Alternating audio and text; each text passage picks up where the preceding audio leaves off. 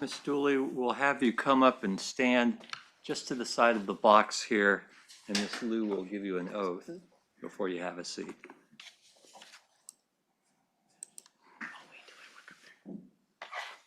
Okay. Please raise your right hand. Under the penalty of perjury, do you solemnly swear or affirm that the testimony you're about to give in this case shall be the truth, the whole truth, and nothing but the truth? Then you may be seated, and then for the record, please state your name and spell it. Kathleen Dooley, Kathleen-Dooley.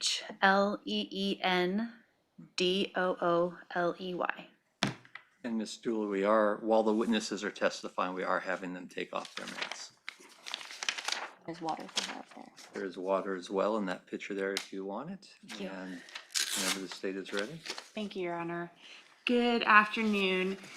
Ms. Dooley, what do you do for work currently? Currently, I'm an educational assistant for Crater Elementary in Newburgh, Oregon. And did you previously attend Oregon Culinary Institute? Did, yes. And when did you attend that program? I believe I started October of 2017, and it was a weekend program, so it was every weekend until the summer of 2018. And what part of the program were you in? What did that look like? I was in the baking and pastry program, and again, it was on the weekend. So I was there every Saturday and Sunday. And was it an all-day Saturday and Sunday, or what was your structure? Yes, it was, I think the schedule was 8:30 to 4 or something like that. But yeah, it was an all day, both Saturday and Sunday. And was the weekend program specifically weekends in that students from the weekend program didn't do the weekday and back and forth like that? Correct, yes. We were only on the weekends, yeah. And there was a separate program for weekday students. Okay, separate pastry and baking program? Yeah. And was there also a culinary program as well? Yes, exactly. Okay. Yep. Did that overlap with you? The culinary program was there at the same time. So on the weekends when I was there, there was also a culinary program in the same building. Their schedule was differed from ours slightly, but yes, we overlapped. And when you say it differed, was that in time or days? Do you know? I don't know specifics to be exact, but I know that for the majority of my time there, the same group of students in the culinary program were there as well. Okay. And was your class in the pastry and baking side the same students that whole 9 months that you were in the program? Yeah. Okay. And what about instructors? Did you have different instructors? No, I just had one instructor the whole time. And who was that? Sadie Damon. And she was your instructor the entirety of the 9 months? Yes. All right. And were you then employed, you said into the summer of 2018, or not employed, sorry, were you attending school at OCI then through June of 2018? Yes, beyond June, yes. Okay. And were you present, do you recall, on June 2nd of 2018? Yes. And do you remember how you got to school that morning? I drove. Is that normal for you? And when you drove to the school, where do you park?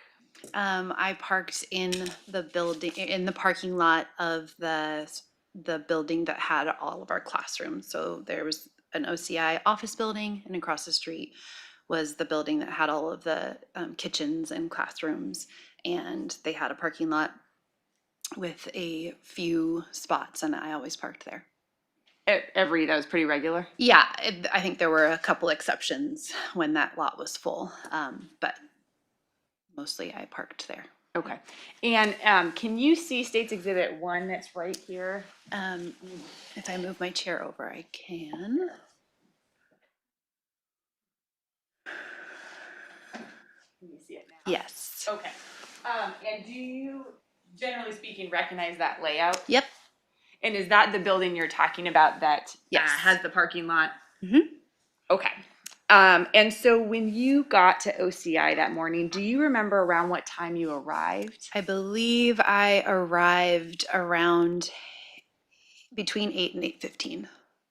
And is that normal for you? Mm-hmm. Yep. I believe our classes started at 8:30.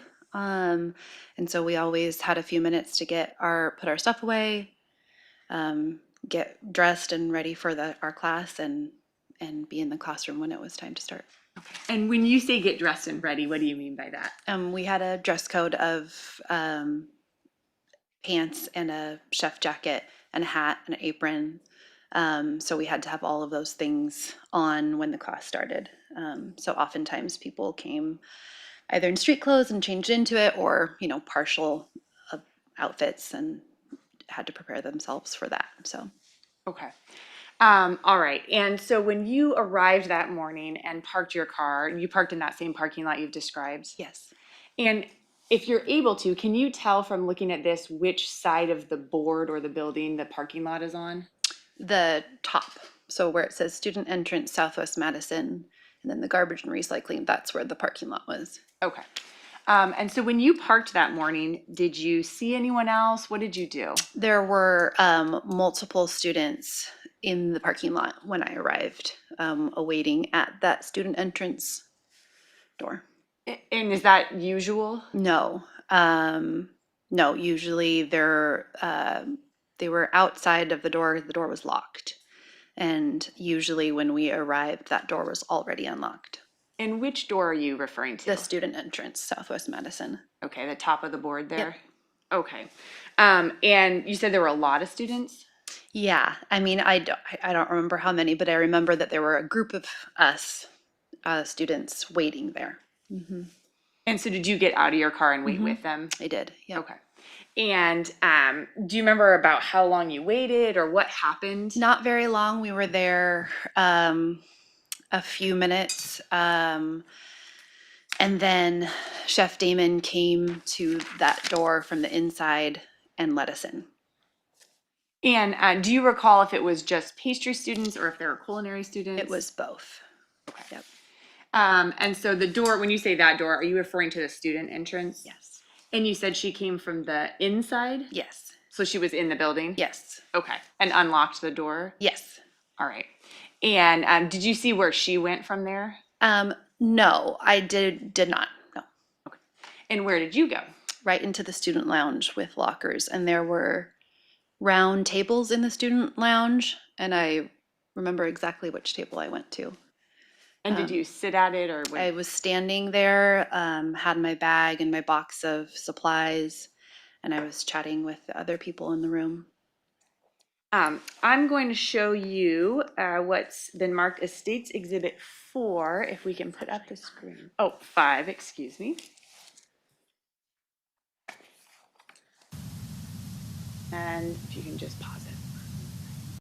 And do you see that in front of you on the screen there? Yes. And can you tell us what we're looking at? Excuse me. That is the student lounge. Okay. And so it looks like there's a railing just to the Right. right. And what is behind you if you're facing That's this the direction? student entrance. Right behind me. If I was standing where the camera is, the student entrance would be right behind me. Okay. And so then in front and kind of to the left, are those the tables you're referring to? Yeah. All right. At this time, I'd offered States Exhibit 5 and request permission to play for the jury. No objection.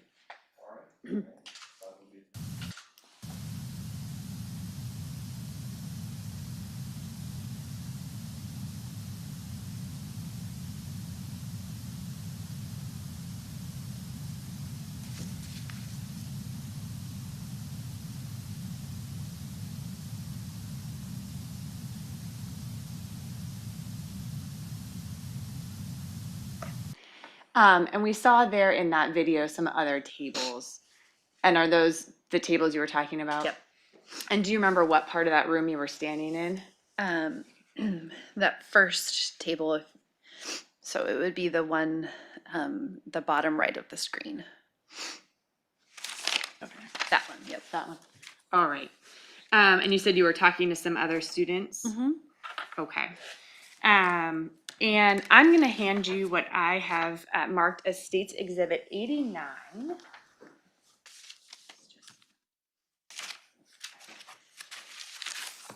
And that's just a smaller version of States Exhibit 1, which is up on the board. Uh-huh. And I'm also going to hand you a pen. That would have been Okay. helpful. Can you mark on can you first write your name Sure. on the bottom, and then can you mark on State's Exhibit 9 where you entered the building and then where you went into the lounge that you've described?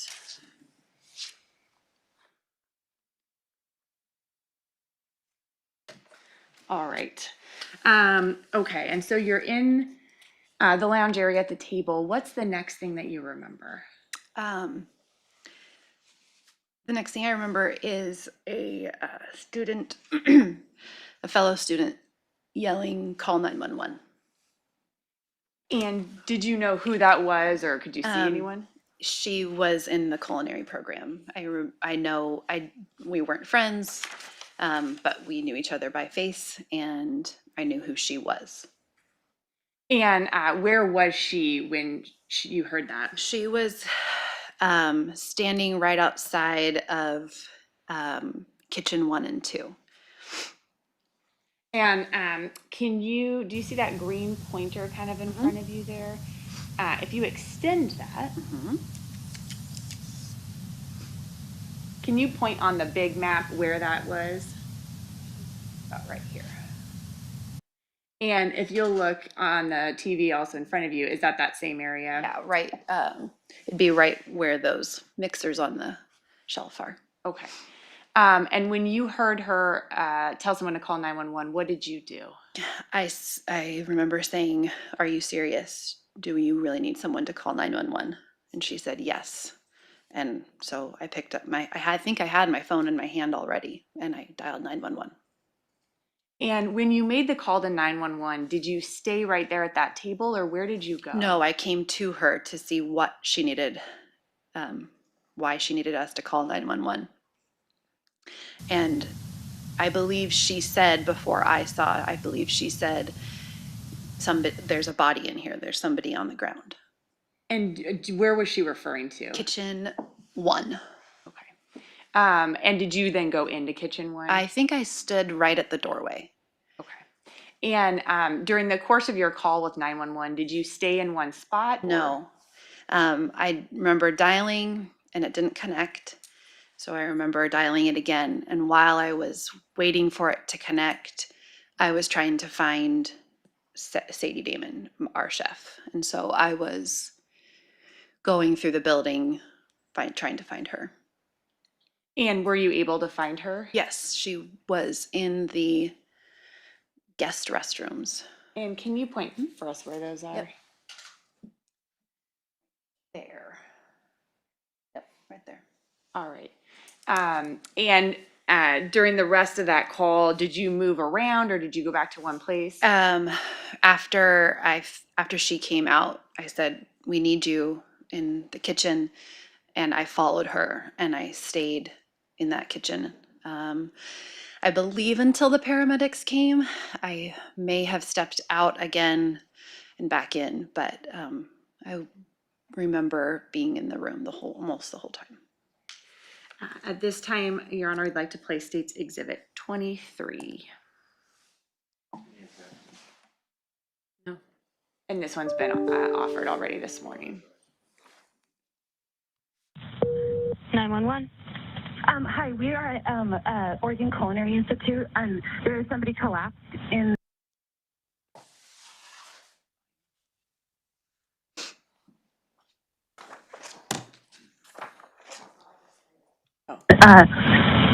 One of our kitchens. Okay, one just of our one chefs. moment. And what's the address there? What's the address?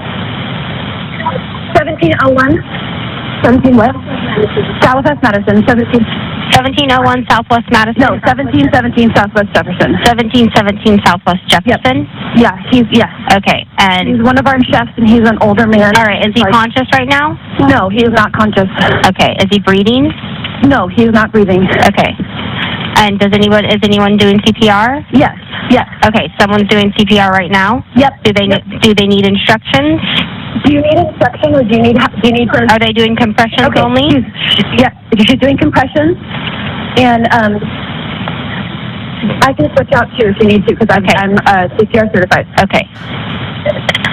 All right. And do you know the cause of this or what happened? Did he just No, collapse? we have no idea. Somebody just found him on the floor. Okay. So I just want you to continue doing those CPR compressions until help gets there. If you guys need Until to. help gets here. Yeah. If you need to. I'm just talking to the gal who's doing it. Perfect. And if she gets tired and someone needs to take over, go ahead and do that. Okay. Is there someone that could? Too tired. Is there a side that the responders need to go to? Yes, or enter through? It's on the north side of the building. What is this? What street is this? Madison. It's on the Madison side. Okay. So yeah, go to Madison and enter on the north side, on the Madison side? Yep, on the Madison side of the building. It's the north side of the building. Okay. And can you send somebody out there to show the responders where to go? In the parking lot. Yep, there's a bunch of people in the parking lot. Okay, perfect. And I am too now. Yep. Okay, and how old is he? I don't know. I know that he's at least in his 60s or 70s. Okay. 70s, I think. All right. Yeah, that might be a little bit too old, but he's an older gentleman. And he's one of the chefs there, head chef? Yes. Yep. No, he's just one of our instructors. Okay. All right. Does he have any, heart issues that you know of? I have no idea. Okay. He's not my instructor. All right. And then can I get your first and last name? My name is Katie Dooley. And a phone number?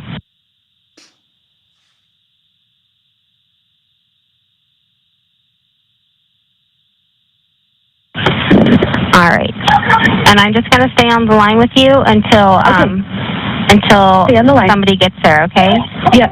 Okay.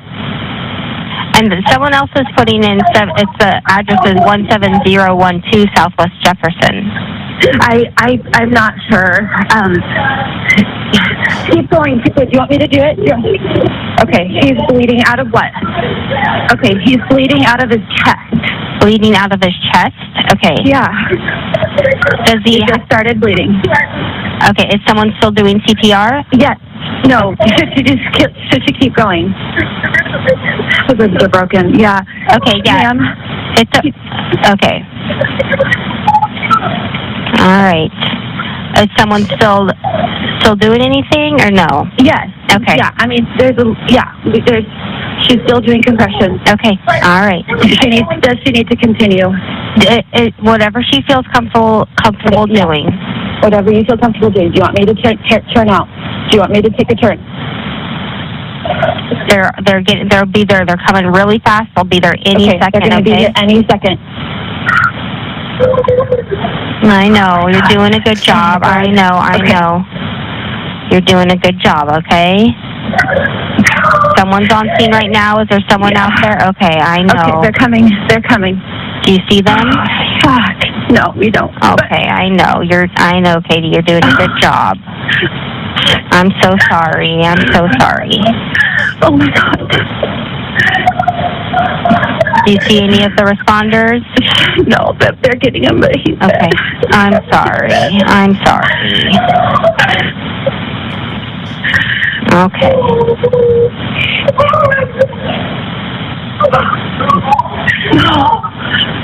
Do you see the responders? Not yet. Okay. Not yet. They're coming. They went to the front door. They went to go get them? Okay, good. Yeah. I'm going to stay on the phone until you see them, okay? Is anyone doing compressions or you're... No. It's okay. No, I understand. It's okay. Are they coming? Okay, they're here. Okay. All right. I'll let you go. Thank you very much. Bye-bye.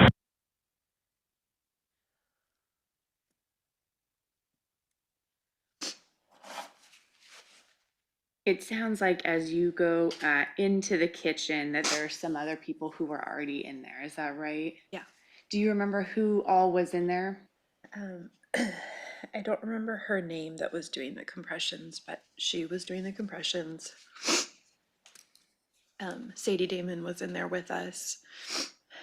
And I believe the three of us were the ones that stayed near the body for the majority of the time. I believe a couple other students were kind of in and out. I can for sure picture one lady that was kind of walking back and forth.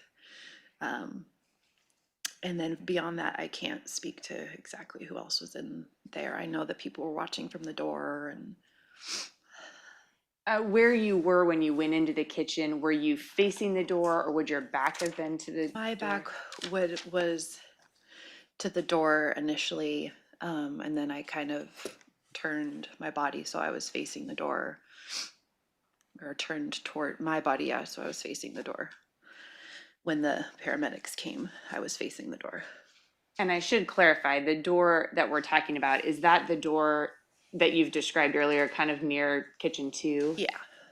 Yep. Okay.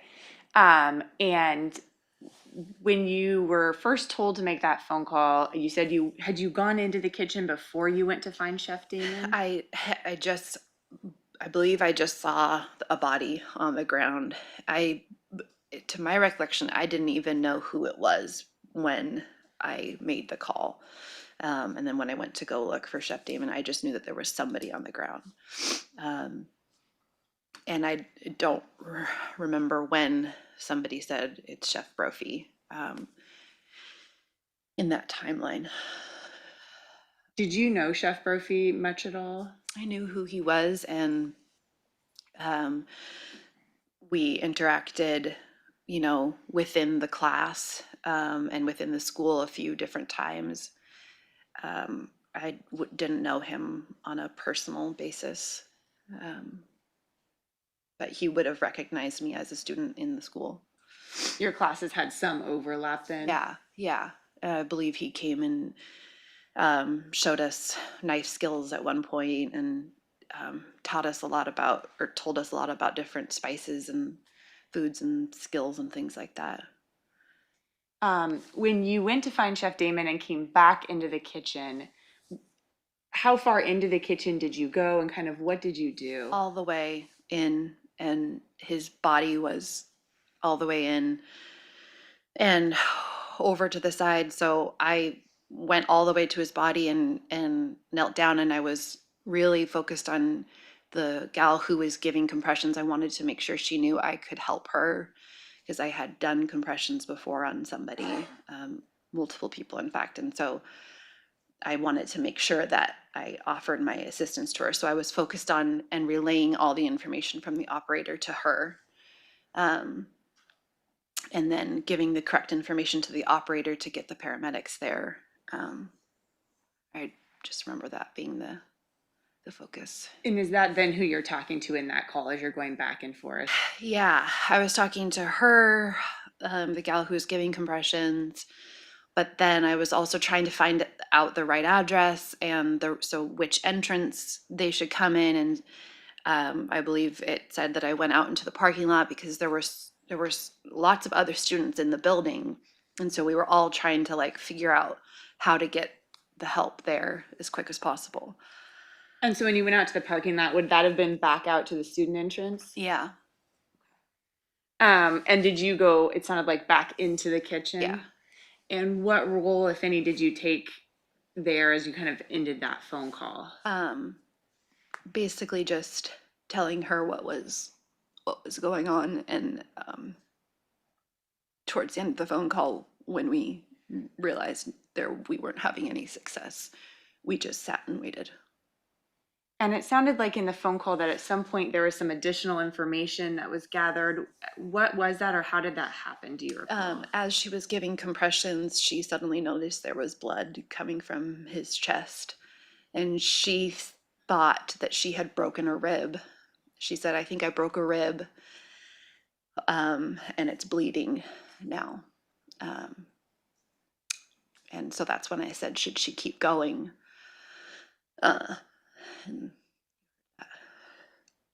And do you recall, did you ever touch Chef Brophy, or? I believe I touched his arm, his hand.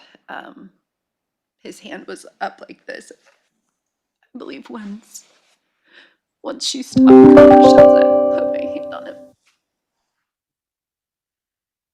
All right. And do you recall, as you kind of go in and out of the kitchen at all, obviously you talked about where he was lying. Did you notice anything else about the kitchen in particular? No, I remember that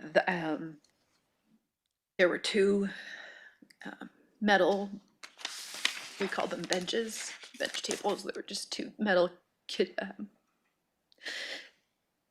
tables, and one of them was askew from where his body was. His body was right next to the table, and so it was moved. The other one wasn't. And are those tables pretty stationary or movable? I mean, they are movable, but we never moved them. They were always where they stayed, same positions. And do you remember anything about Chef Brophy? Anything about what he was wearing or had with him or anything like that? I believe he was wearing his chef pants, but not his chef jacket. I don't remember. I don't remember exactly. I went to my memory says that he was wearing like a t-shirt with his pants. I remember camo being a part of it. But it has been 4 years, so I don't remember exactly what he was wearing. And do you remember if you saw any of his property or anything like that? No. I believe he had a watch on when his arm was up. That's why I remember holding his hand. But that's all I remember. It sounds like from the call that you were still in the kitchen with him when the paramedics arrived. Yep. And do you recall, did you stay? What No, you did? they asked us to step out, and so we did. We stepped out right outside of kitchen 1 and kitchen 2. I was standing outside of kitchen 1 and kitchen 2 with Chef Damon. And is that where those mixers are that we saw in that video? Okay. And do you remember how long you stood there for, what you did after that? We were standing there for a few minutes, to my memory, to the best of my recollection, until a paramedic came out and asked us if there was anybody else in the building. And we said, just the students that are in the lounge. And they said, okay, we need you all to gather in the student lounge. And you need to be, they asked us all to sit with our hands on the table. And so is that what you did? Did, yeah. For a period of time? Yeah, we ended up being there for what seemed like a really long time. I don't know exactly how long it was, but eventually then law enforcement showed up. And we were talked to then, but we stayed in the student lounge for quite a while. Going back to Exhibit 89 there in front of you, can you mark just with an X anywhere else you went besides what you've already drawn on there that you went in the building during all that time we've just talked about? Yeah.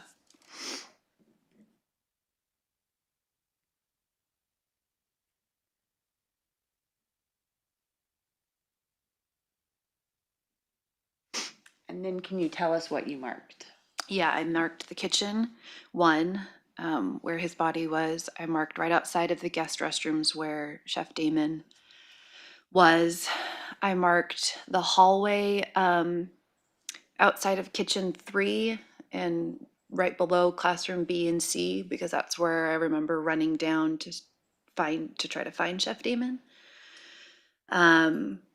And came back, and that's when she came out of the bathrooms.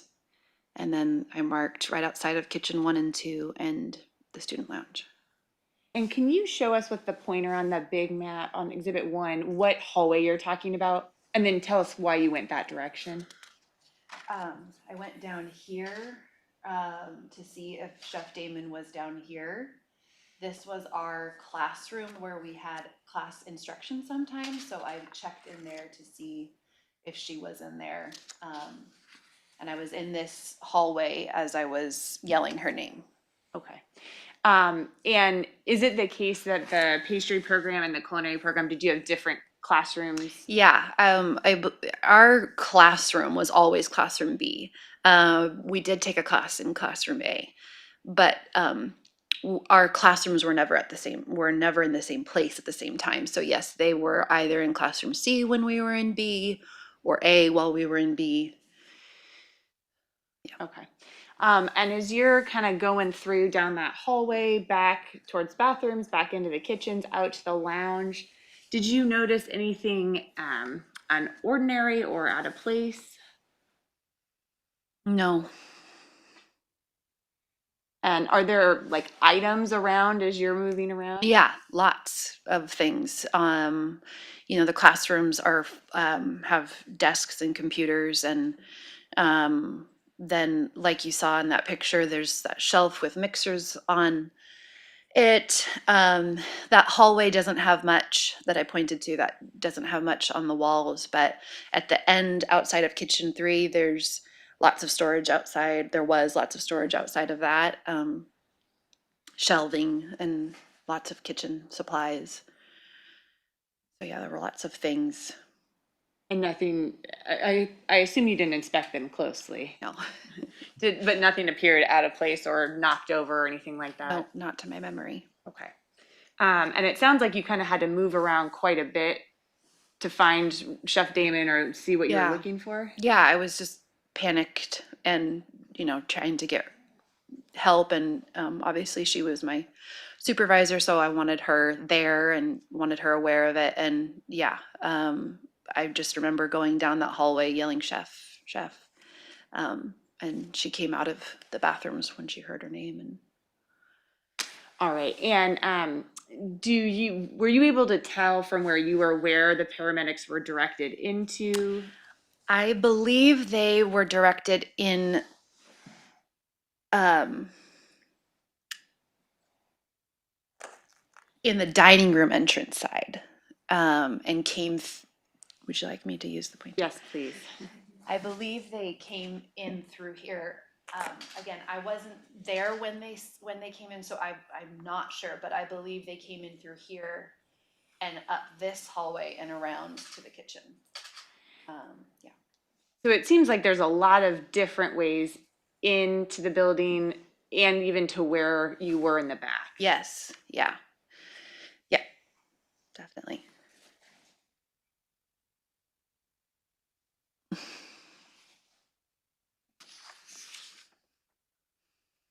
Just one second.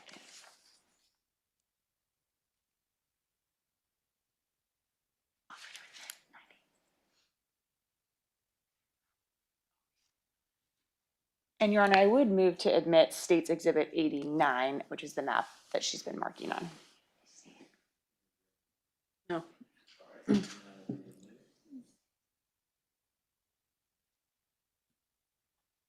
That's all the questions I have, Your Honor. Thank you, Your Honor. Good afternoon, Ms. Dooley. Hi. Thank you for being here. So were you living in Newburgh at the time? Yes. So you'd driven in, and I think you said you often get there about 8 to 8:15.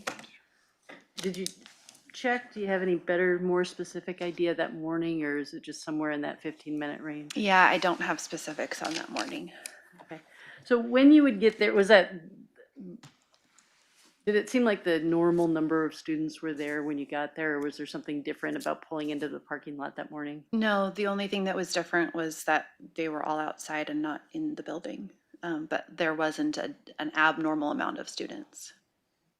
So when you would get there on other mornings, not this particular Saturday, but on other days, would you be able to go right into the building, or was it typical to have a group kind of congregating there the way you described? No, it was happening that usually, morning? we were able to go into the building. But what you observed when you came up was that there was a group that was already congregating outside the door. What's your best guess about how many people were there? I'd say between 5 and 10. How many were in your class, that pastry group? I think 12 or 13. Oh, wow. So why were there not 12 or 13 already there? I mean, if it was two different classes congregating. Well, it was earlier than the class started, so we didn't have to be there at that time. We didn't have to get there till 8:30, so Okay, it wasn't required for anyone to be there early. all right. Was there some talk amongst you about it being unusual that the door wasn't open yet? I believe so. Yeah, I think we were all kind of like, why isn't the door unlocked? Do you know whether any, I take it you didn't do anything to try to attract attention or to try to get the door unlocked, but do you know whether any of the others that were out in that group had already tried to I don't find know. out? I can't speak to that specifically. No, I don't remember. All right, so when you got inside, was it typical that everybody would wait in the lounge? Yes. Yeah. We didn't, we didn't, we weren't told to stay in the lounge. We could go into our classrooms. And I believe, I mean, that's why the gal who found his body, had gone into that kitchen. So, yeah, but that's where our lockers were in the student lounge. In the lounge, right? So we all kind of congregated there to put stuff away and then move about what we needed to do. And did each of you have an assigned locker? Was it kind of like high school? I think so. Okay. I believe we had assigned lockers. And do you remember whether you actually had locks on them, or would you leave stuff I there think we from could, Saturday to I think Saturday? we could bring our own locks. Okay. Would you leave things there between classes? I believe I did. All right. So the student whose name you don't know had gone back to get ready for class or whatever, she left the lounge. Were you still in the lounge when you heard her call out? And I think you said you were the first person who got up. Yeah. Did everybody in the lounge pretty much go with you, or were you alone and rushing over there? I don't remember. I know that I wasn't the only one that heard her say call 911. But I don't remember how many or who followed me. And did you say she was in the other program? She was in the culinary program, yes. Okay, so you were in separate programs, were waiting Correct. together in the lounge. Yeah. All right. Was Kitchen 1 a kitchen that your part of the program would use typically? No. Had you been in that room before? Yes. Yeah. I think you mentioned that, was it classroom B was a classroom that Chef Damon would teach some of your classes in? Yes. Which kitchen would you use for your program? Kitchen 2. All right, the one that's immediately behind. Correct. And do you remember in Kitchen 2 how many ways there were in and out of that room? 2. There was the front door, and then there was a door that went into Kitchen 1. Were the doors, that door that we can see there, and maybe we should try to position this just so it's a little bit more.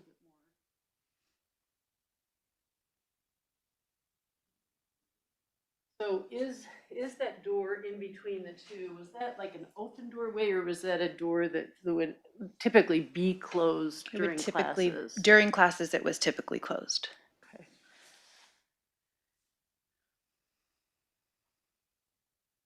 And you refer to the restrooms there that are closer, in between Kitchen 2 and Kitchen 3, as the guest restrooms. Yes, only because I saw it labeled as guest restrooms. Okay. Were those the ones that your people in your classroom would typically use? We use those and the student restrooms. Oh, okay. All right. After you got there that morning, let me ask you this. The parking lot that you like to park in is the one that's closer to this building, right? Not the Yes. one that's across next to the admin Correct. building. Would that typically fill up that parking lot? Was it, The one that I parked in? right. Yes. And when you were parked in that parking lot, would you be able to see that the door, the big, large garage door that comes off the storeroom? Not if you were parked in the parking lot. No, you wouldn't be able to see it.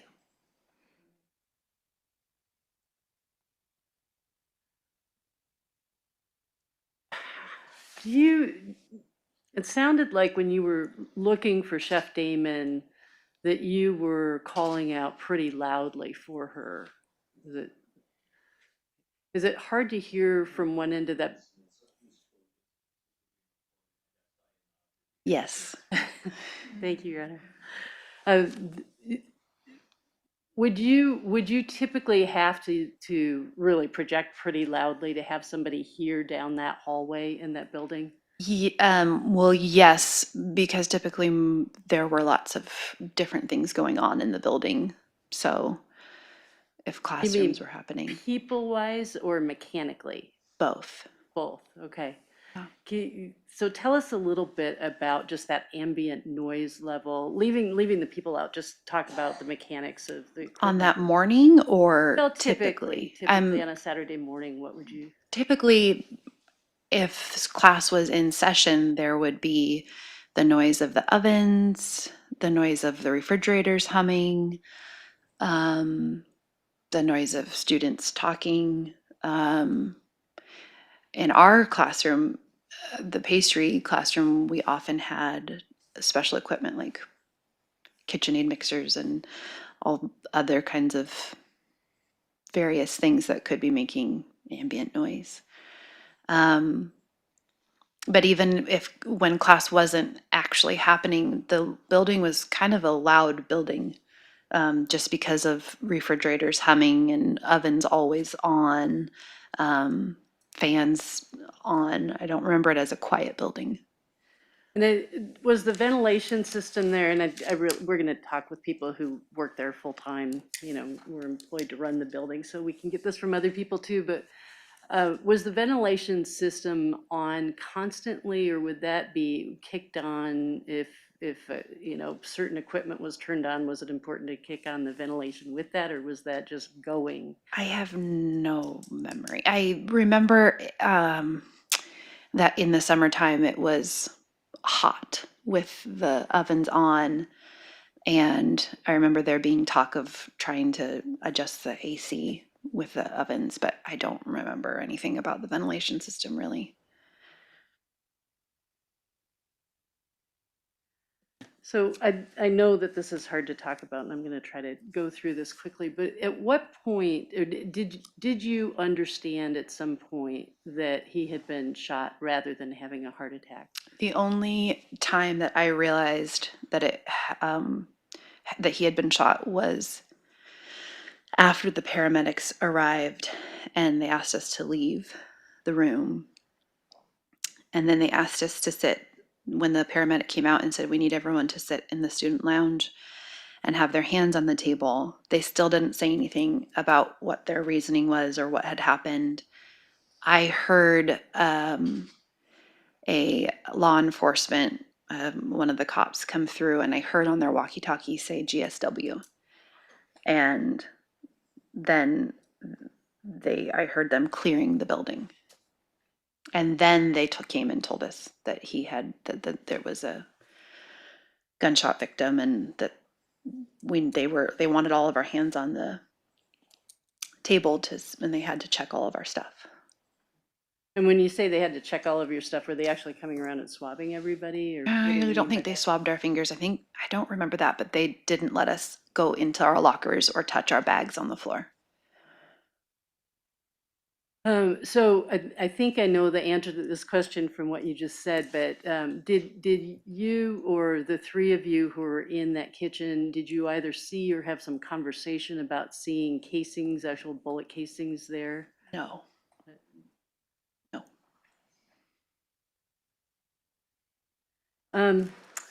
No, I don't think we have a good diagram yet of the room. Would you mind drawing what you were describing with those tables? Sure, on this.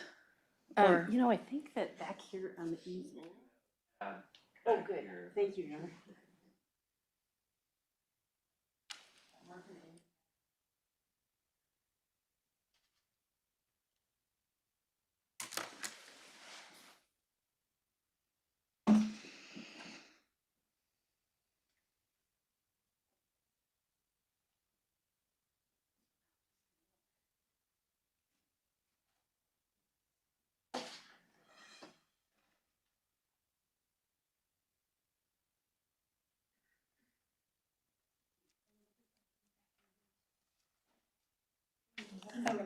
Huh?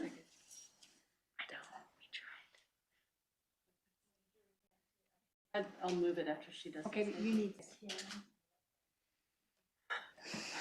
So will you Would you, on that, just draw the classroom that we're talking about, kitchen 1, and then I'll rotate it after you're done. Would you like me to draw how I found it that morning? Yeah, what I'm particularly interested in is what you were discussing with those tables. I think you called them benches, and one of them had moved, and I just want you to show us how that was.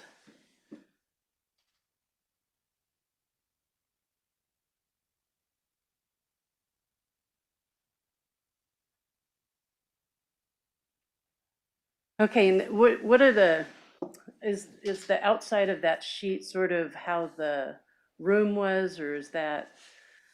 Yeah, this would be where the ovens are.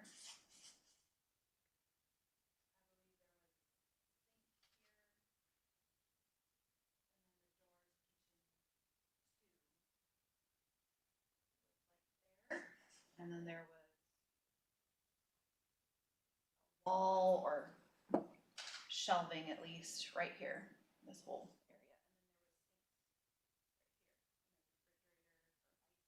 area. Chest. All right, and so the door that you have at the top there would be the door that goes out to the student lounge that you were telling us about. Correct. before.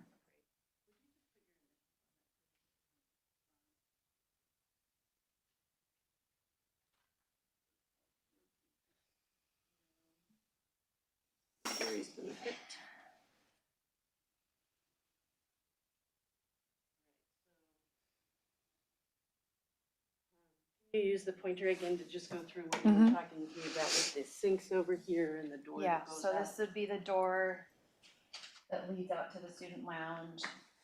This, I believe, was a sink or refrigerator. This was where the one metal bench was, and this was the other metal bench that should be in the same position as that right here, but it was askew. And then there was a sink over here, and I believe there was like an ice chest. This was a wall of storage, shelving, and then that was the door to kitchen two. All right, and again, the door at the top is the one that goes out to the student lounge into the Correct. parking lot. Yes. All right.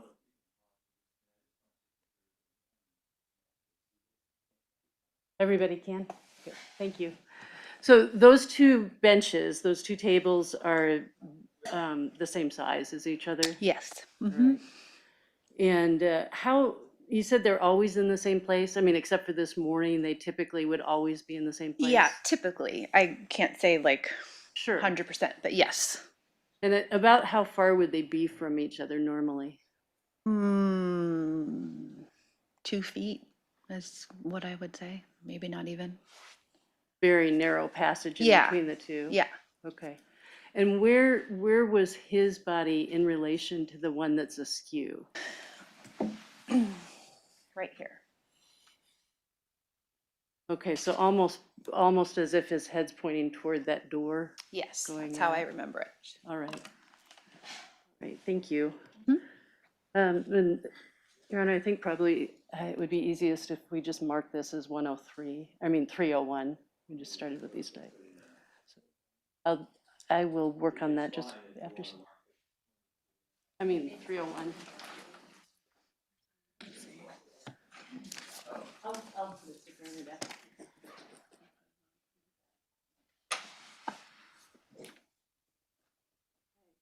I just have a couple more questions for you. You have testified in this case earlier, and you probably remember being interviewed a couple of times. You had mentioned earlier that you had noticed some I think you referred to them as campgrounds under the bleachers. I testified about that? Right. And then you talked with the safe investigator about that. Okay. Do you remember seeing anything like that? Bleachers for Lincoln High School? Yes. Okay. Yeah, why don't we start there? Okay. So in the parking lot that you were describing coming into, how far was that from Lincoln High School? So all of this diagram of that building and the parking lot that I parked in is all on one block. The next block over is a parking lot, an empty parking lot, and then that is literally backed up to the bleachers for Lincoln High School. All right, all right. And do you remember there being an encampment or some encampments in the area? Sure. I remember there being people that are camped out underneath there, yes. Okay, and these are people who are unhoused, who are living in tents. That would be my assumption. All right. Did you have any interaction with any of them? No.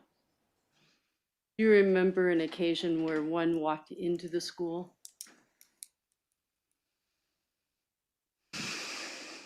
No. Do you remember an occasion where one asked you about some headphones? You are jogging some memory that I have Well, not thought about. Yeah. Just tell us as best you can what you remember about that. I remember there being talk about somebody asking about headphones. I remember there being people who walked through the parking lot that I parked in often. And yeah, maybe somebody being out there by my car and stopping to ask me if I had headphones or wanted to have headphones. Again, I'm sorry, I don't really remember. All right. I think that's all the questions I have for you. Right, yeah. Your Honor, we just moved to admit 301 and that's it. 301, I misspoke the first time and I meant 301. And I actually did write 301 on it. No objection.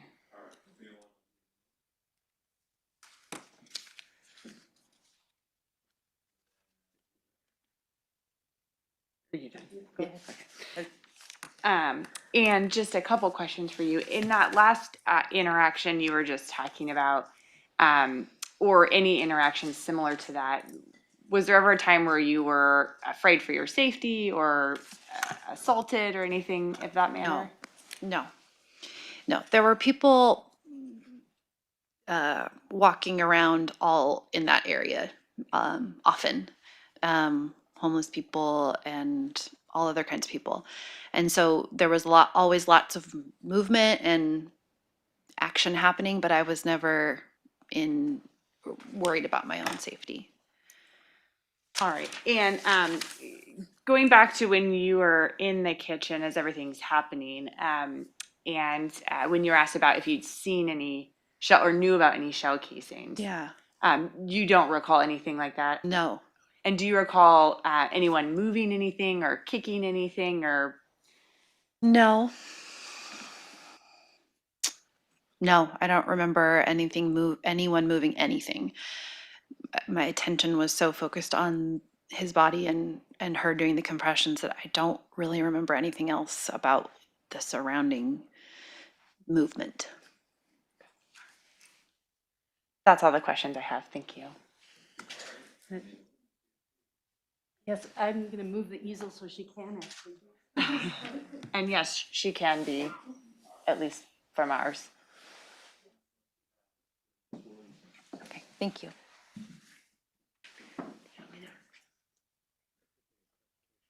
And I guess just for her benefit, can she be excused from both subpoenas? I think so. We'll email you to confirm that.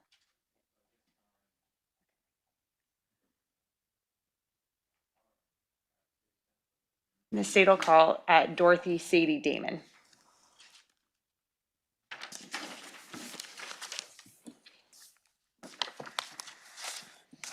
All right.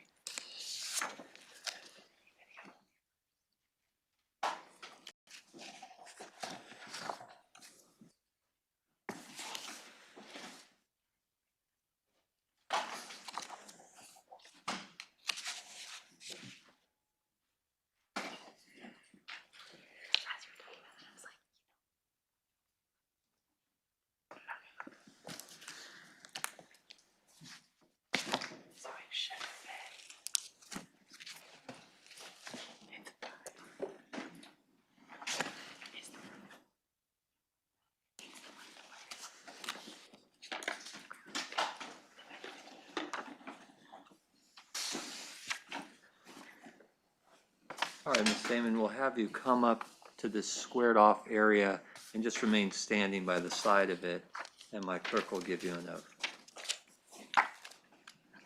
Judge, I just do need to make a reminder to the court that everybody does need to have their cell phones off if you are sitting in the gallery, please. Okay, so I'll go ahead and have you raise your right hand.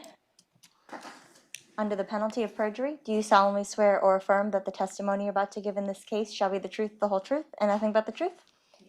Then you may be seated, and then because we're being recorded, please state your name and spell it.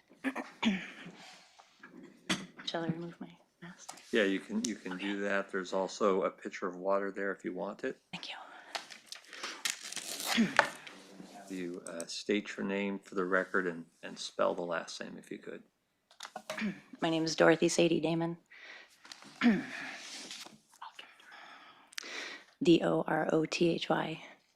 Sadie Damon.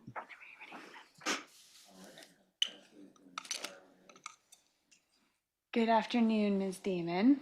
Can you tell us, where do you live now and what do you do?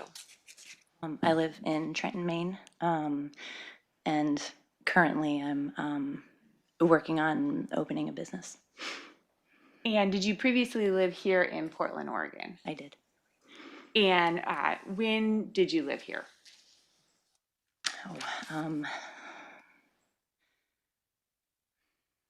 I moved here in 2001, and I moved back home in 2020.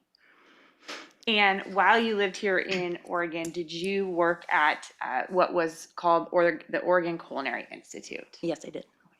And how long did you work there?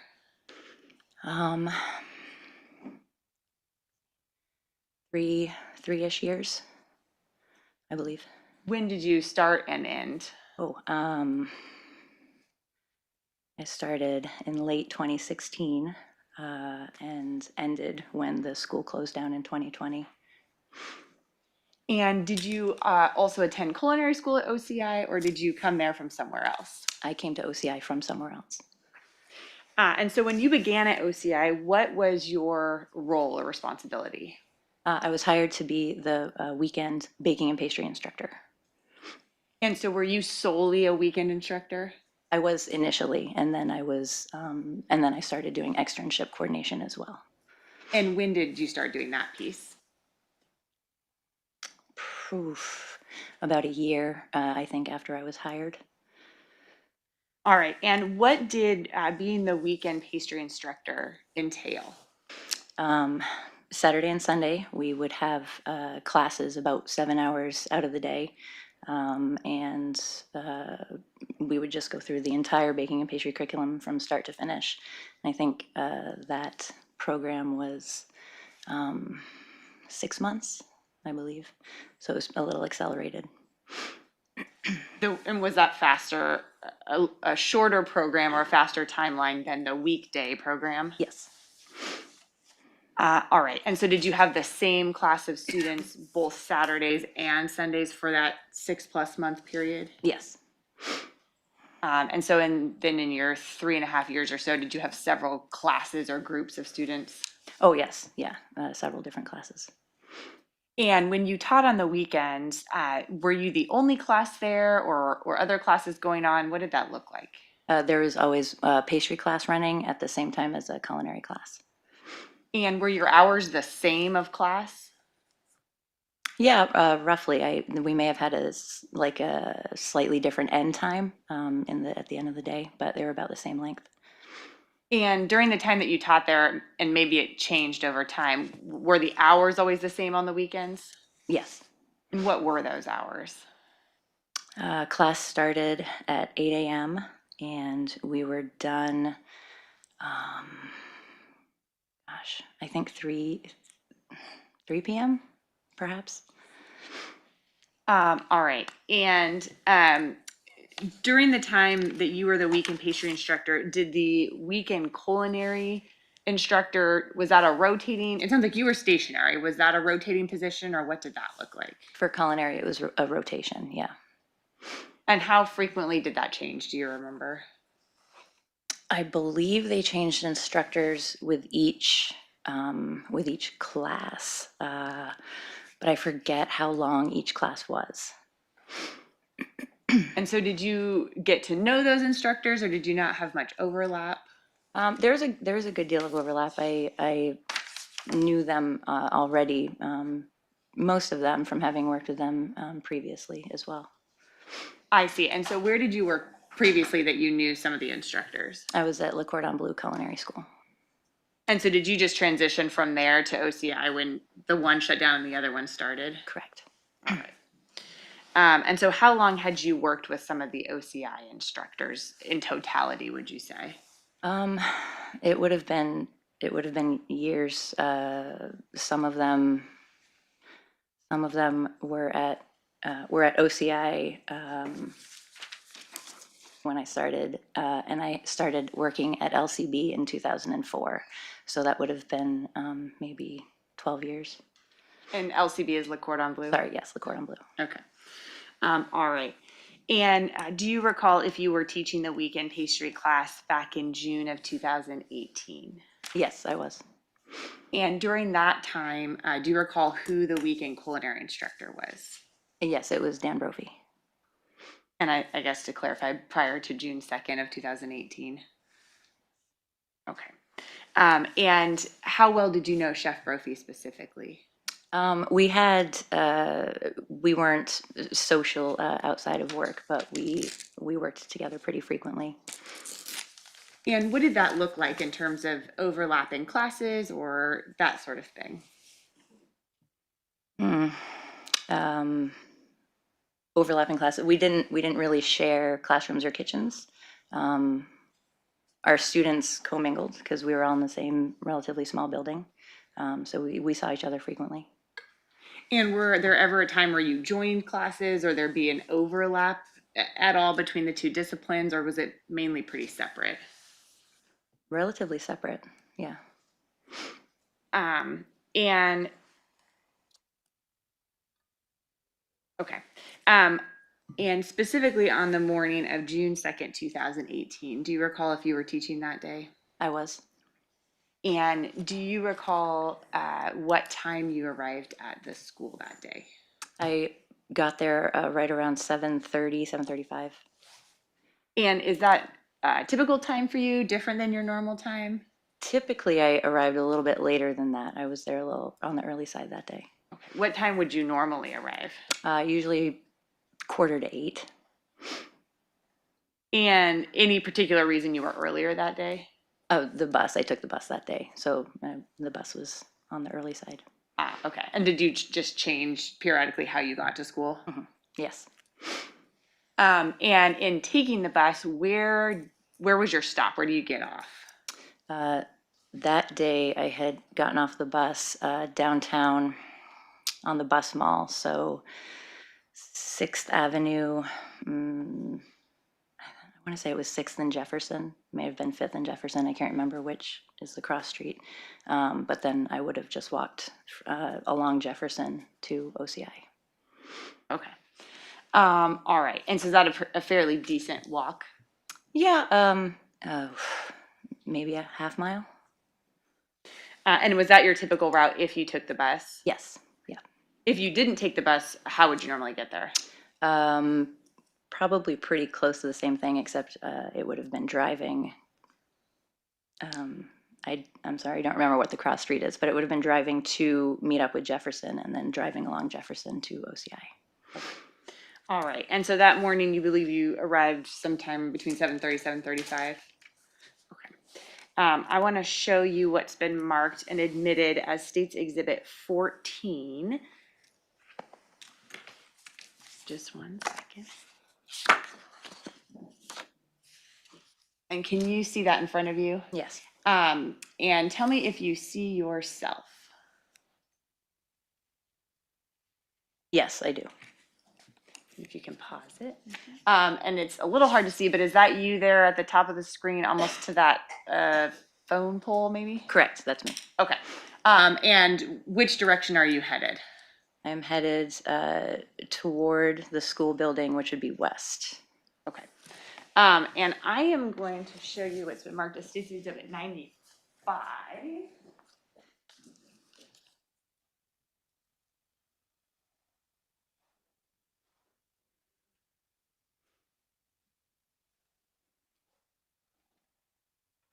that from there. Oh, sorry.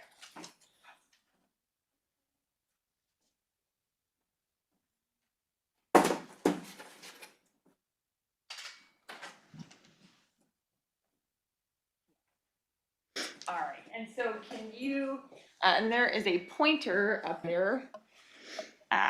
Are you able to sort of show us which direction you're walking, what street you're on? Yeah.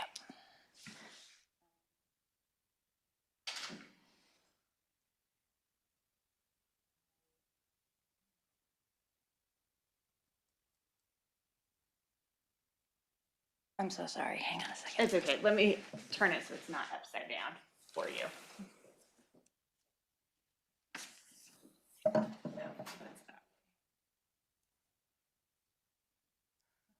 Okay. I believe I would be walking in this direction toward OCI. Sure. And so as you walk up Jefferson, towards OCI, when you turn to go into the building, what way do you typically, or did you enter that morning? Ordinarily, I did that morning enter through the side entry door that's on 17th Avenue. Yeah. Okay. What is next to that door? There's a garage door that we use for receiving deliveries. Okay. And is that what you said the way you normally enter? Not through the garage door ever, really, just through the side door. Okay. And typically, how do you get into that door? Is it unlocked? What does that look like? I had a key, and I would just unlock that door and then close it behind me. Okay. And do you have to enter, is there an alarm? There is an alarm system. I wouldn't have to enter it because it would have already been turned off from the previous instructor entering before me. Okay. And so is it typical that you are not the first person to arrive at the school? Yes, that is typical. And on the morning specifically of June 2nd of 2018, how did you enter the building? I went in through the side entry door. And I'm going to show you what's been marked as States Exhibit 28. And do you recognize that photograph? Yeah, yes. Okay. And so we can see the building there right in front, in the center of the photograph. What is that building? That's the former home of Oregon Culinary Institute. And I suppose to be clear, today it's no longer Oregon Culinary Institute. Is that right? Correct. Okay. And from this view, which direction would you have gone to get to where you just described? I would have essentially walked diagonally across the street towards the side door, which is, I think, just in view. I can't quite tell. And can you tell us where that is in relation to which vehicles we can see? The gray sedan, the side door entry would be behind that a little bit. And I'm going to show you now it's marked as States Exhibit 29. All right, and so there we see that same gray sedan, and can you see where the door is, or roughly where the door is from there? Yes, yes, I can. And where, can you kind of describe for us where that is? Yes, it is right. So there's a, I think a parking sign that's behind that gray sedan, and the side door is right behind that parking sign. And probably would have been more helpful the first time is if you can use that pointer and turn around above you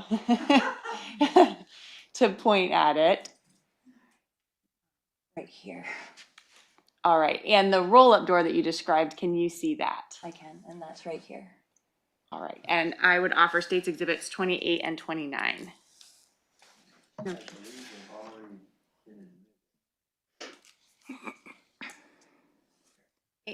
Either way, no objection. Thank you. Your Honor. And Ms. Damon, in this particular photograph, do you recognize any of the vehicles in this picture? I recognize Dan's white pickup truck at the front of the line there. All right, and I'm going to switch to a different view up here, States Exhibit 1.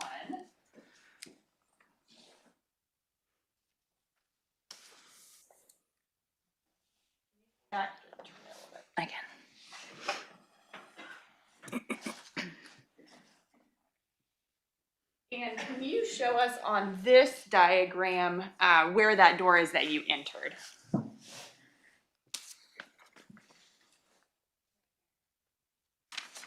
All right, and so that's what's labeled as the side door on Southwest 17th? Yes. Excuse me. When you entered that morning on June 2nd, 2018, do you recall if you had to use your key that morning? I did have to use my key. Okay, and you did not enter a code? No, I did not. Okay.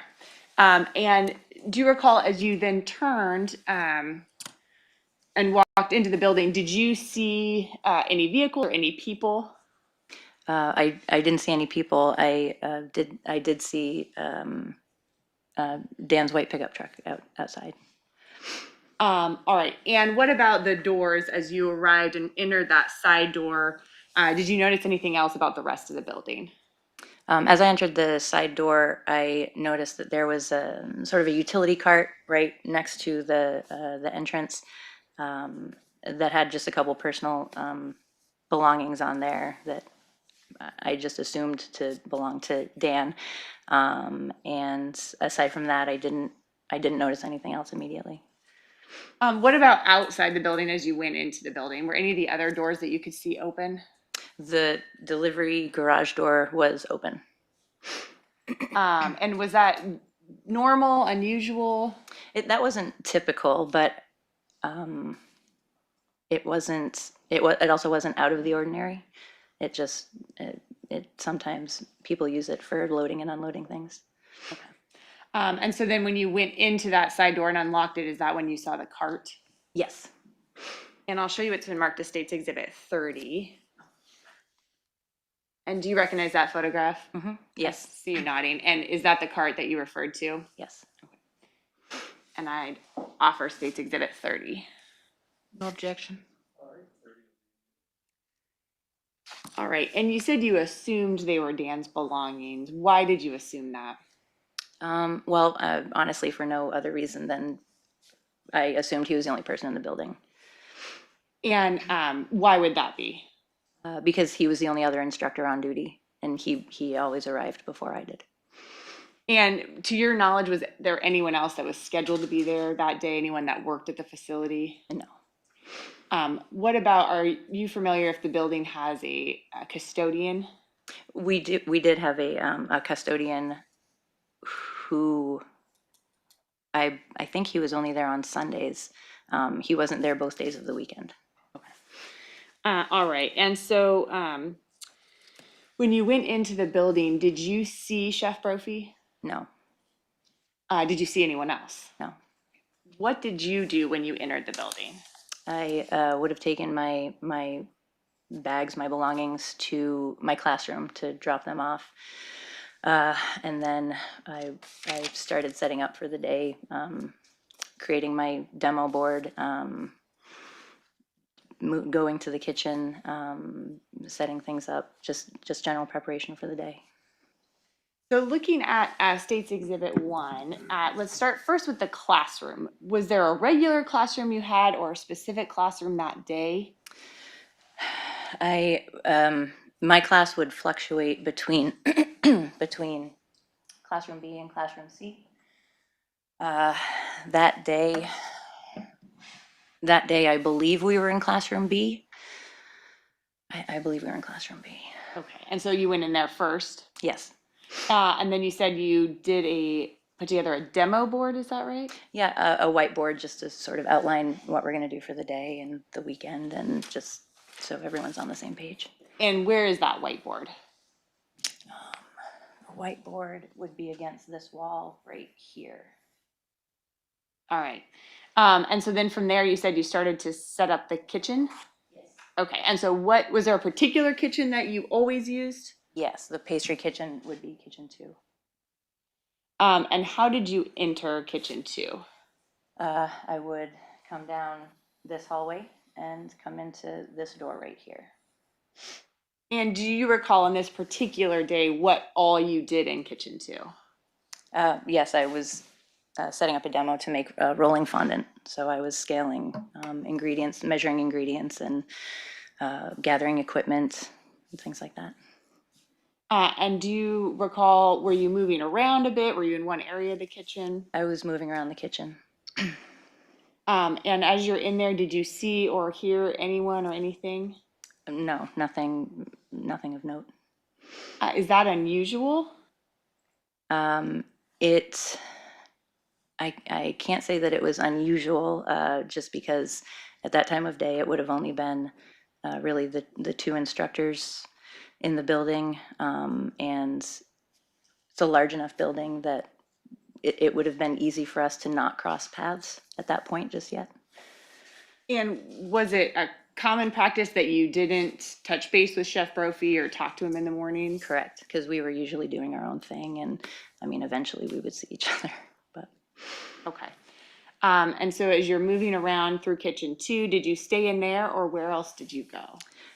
At one point, I had to gather a sifter from kitchen 1, so I would have come in through, I came in through this door right here and grabbed a sifter that was hanging up, I think, in this area where the dish rack would have been, and then I walked back in to kitchen 2.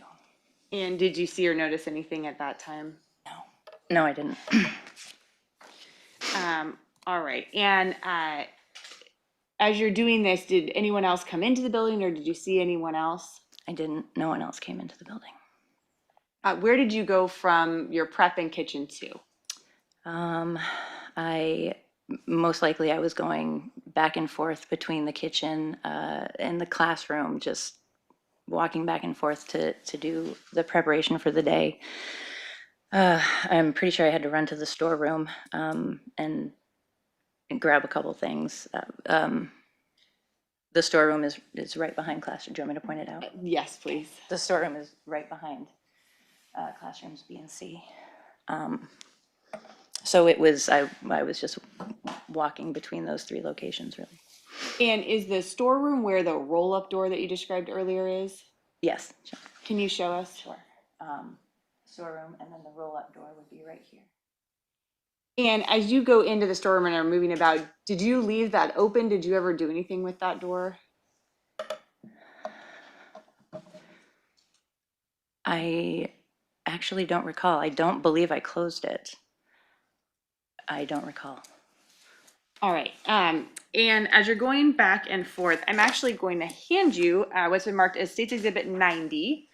It is a smaller version of States Exhibit 1. Okay. And can you first use that pen to write your name on the bottom?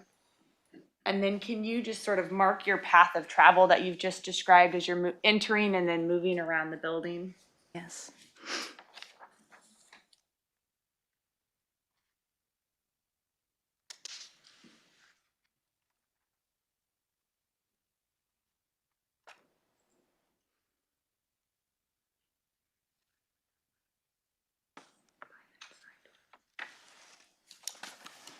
All right.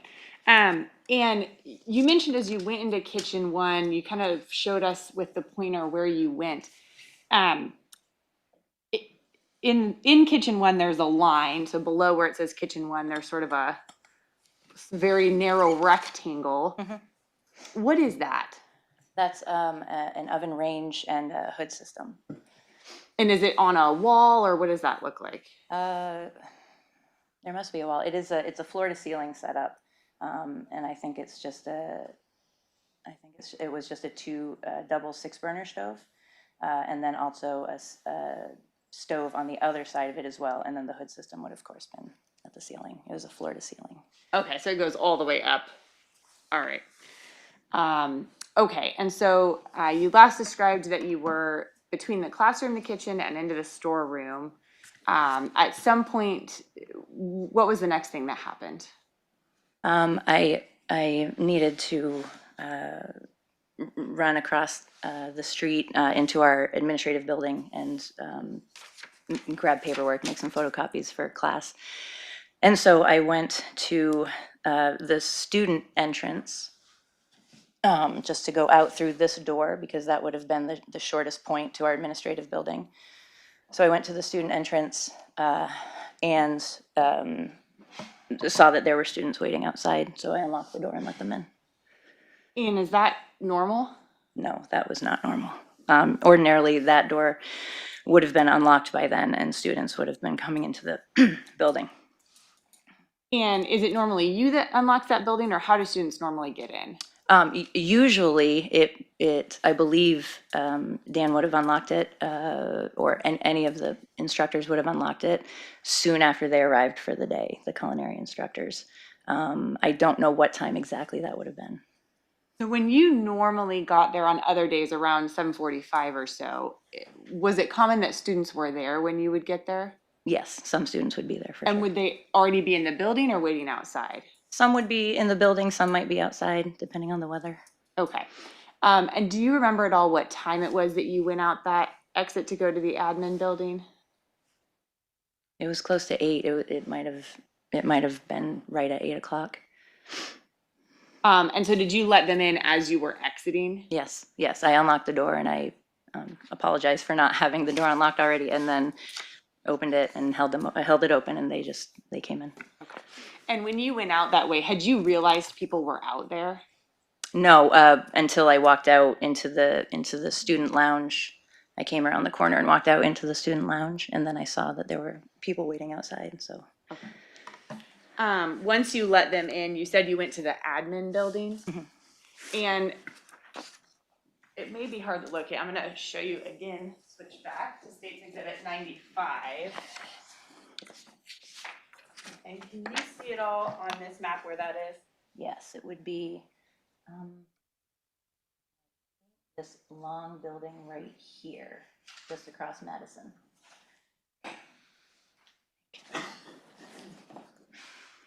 All right. And what did you do over at the admin building? I made some photocopies from the textbook, ran off some copies for class, checked email really quick. My computer is over in the office space over there. So, and then I went back across the street. And if you could, on States Exhibit 90, mark sort of that path of travel you just described that wasn't marked out, that student entrance. Sure. All right. And once you finished with your duties in the admin building, did you come back to the main building? And how did you come back into the building? Through the student entrance again. And when you came in this time, were students now in the building? Yes, there were quite a few students in the lounge area. And where did you go from there? I went to, I came around and down this hallway, and then I went to the restaurant restroom that's right here. Okay. And are those what's also labeled on the map as guest restrooms? Yes, the guest restrooms. Okay. Yes. And are those common restrooms that the class uses when they're in the building? They're not supposed to. Okay. All right. And so as you're in the restroom, what was the next thing that happened? I was washing my hands, and I heard some loud voices out in the hallway, and I opened up the bathroom door, and then I came out in the hallway, and I saw my pastry student, Katie Dooley, standing in the hallway. She was holding her phone, and she was signaling for me to follow her. And so I followed her down the hallway. Shall I point it out? Please. So I came out the restroom here. Through this doorway, I saw Katie standing at the top of this hallway here on her phone, and she was the one that was calling my name. She was gesturing for me to follow her down here, and then we came into kitchen 1, where I saw several students huddled around Dan, who was on the floor. And as you got into the kitchen, do you remember who those students were? Or did you know who they were? A few of them. I remember that Clarinda. I don't remember last names. Clarinda was in there. I believe a student, Shauna, was in there.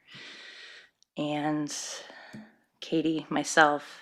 I know that there were other bodies in there. Other people in there. I don't know. I don't recall who they were. And you said you saw Chef Brophy was on the ground. Yes. And what was happening as you went in there? I saw Clarenda performing CPR, and there were, again, just some people standing and watching. And so I went to Dan and tried to figure out what was going on. And at that point, what did you think was going on, or kind of what was happening? To be honest, I didn't know. It was obvious that he was, either passed out or otherwise incapacitated. And a lot of it is just a blur, but none of us could figure out what was wrong. And you said Clarenda was the student performing chest compressions? Yes. And was she one of your students? She was a culinary student. She was one of Dan's students. Okay. And what did you do physically, if you remember?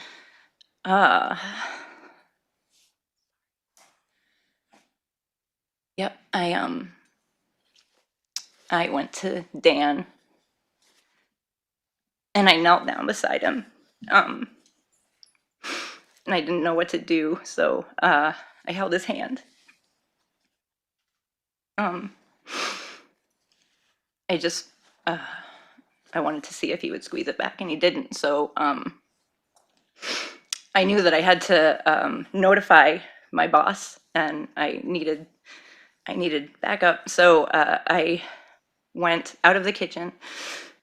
I went out of the kitchen so that I could call my bosses. I tried to call my boss, Tom, and I didn't get through to him. And then I actually wasn't able to get through. I didn't have a number for Chef Wilkie, who's the school president. So the next number that I thought to call was our storeroom purchaser, Woody. So I called him and I was able to get through, and I don't remember much of the conversation. He tried to help me as best he could, but he really just said, "Okay, I'm on my way in," and then I hung up the phone, and I'm pretty sure I was just wailing. And then I went back into kitchen 1 to see what was going on, and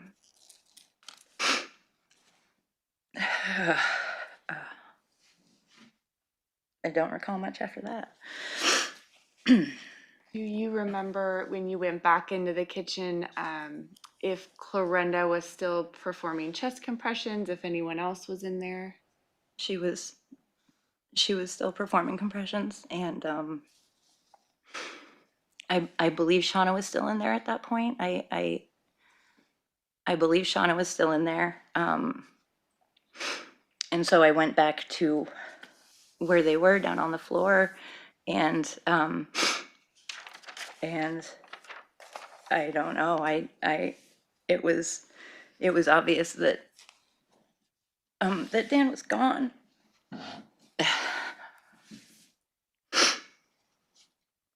Do you remember if, as Clarenda was performing compressions, if she continued, if anything changed? When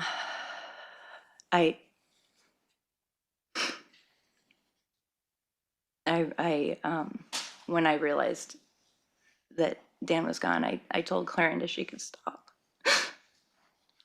Because I didn't want her to keep trying without being able to do anything to save him. She was wearing herself out. And do you recall, did you stay in the kitchen? Did help arrive? Yes, help arrived very soon after that. EMTs came into the kitchen, and they were asking questions, and I was a mess. I don't think I was helpful at all. And then I'm pretty sure I just tried to usher students out of the kitchen and get everyone out into the lounge. And then soon after that, there were some police officers on scene. And do you remember, did the police talk to you about what was going on, or was there a point when you learned more, became more aware of the situation? Yes, several minutes after the police arrived, they sort of they contained all of the students and myself into the student lounge. They brought everyone in, and they did a sweep throughout the building for anyone else. And then they asked us to all put our hands up on the table, take our hands out of our pockets and put them on the table. One of the students said that they heard one of the police officers mention a gun. And so none of us really knew what to do with that information, but we knew it wasn't good. While you were in kitchen one with Chef Brophy, was there any indication to you that there was a gun involved or that he'd been shot? The only thing that I recall was that Clarendon noticed that she had blood on her hands, and I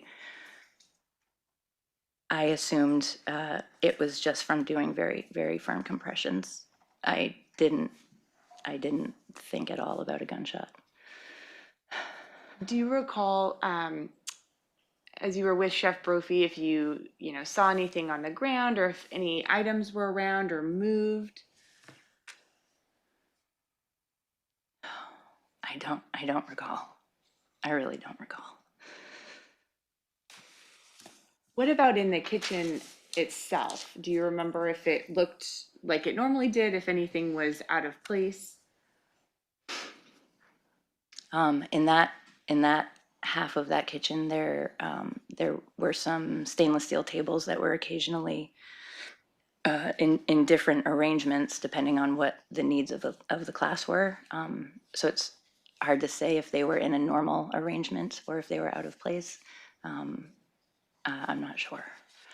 Did something about them catch your attention? No.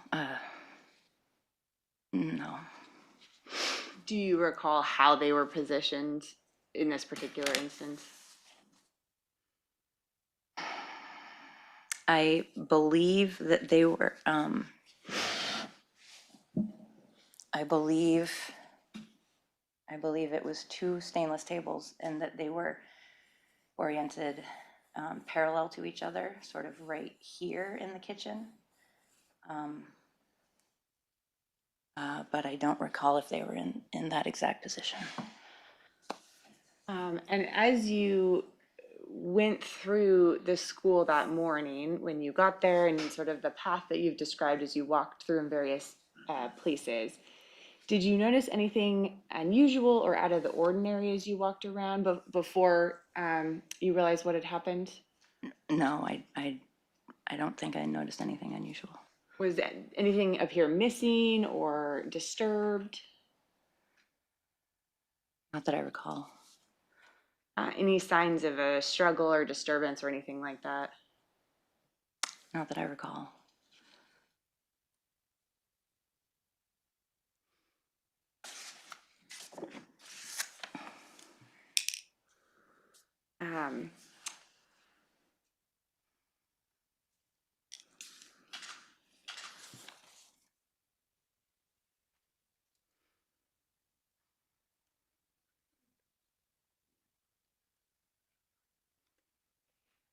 And then if you look at State's Exhibit 90 in front of you again, have you marked everywhere that you went on that map?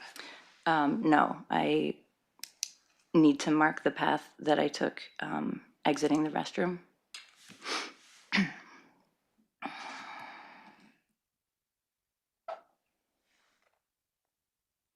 And is that then the path you went from the restroom into kitchen one? Yes. And I think you clarified this, but just to make sure, from kitchen one, did you go from there to the lounge at the direction of paramedics or police that were on scene?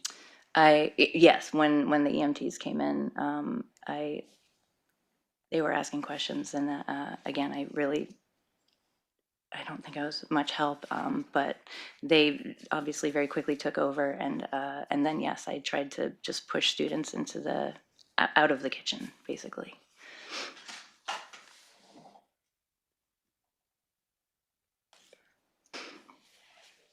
And at this time, I'd offer State's Exhibit 90.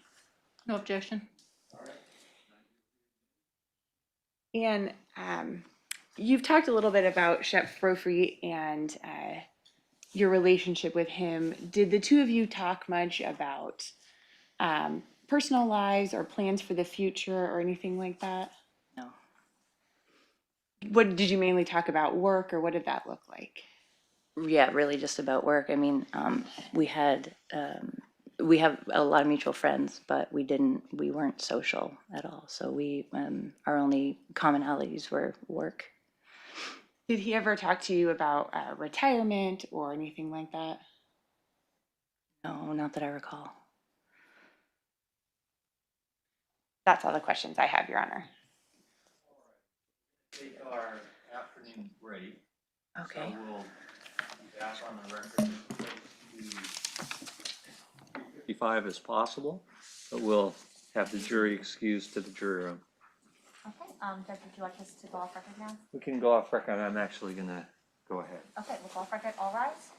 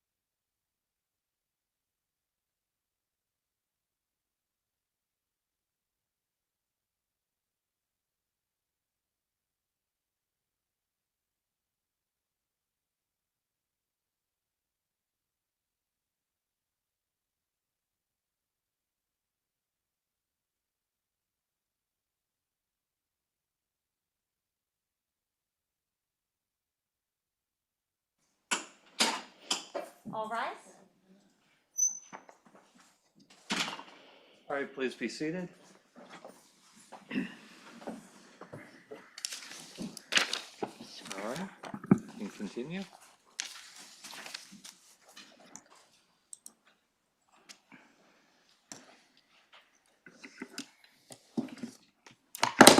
My wrong gizmo.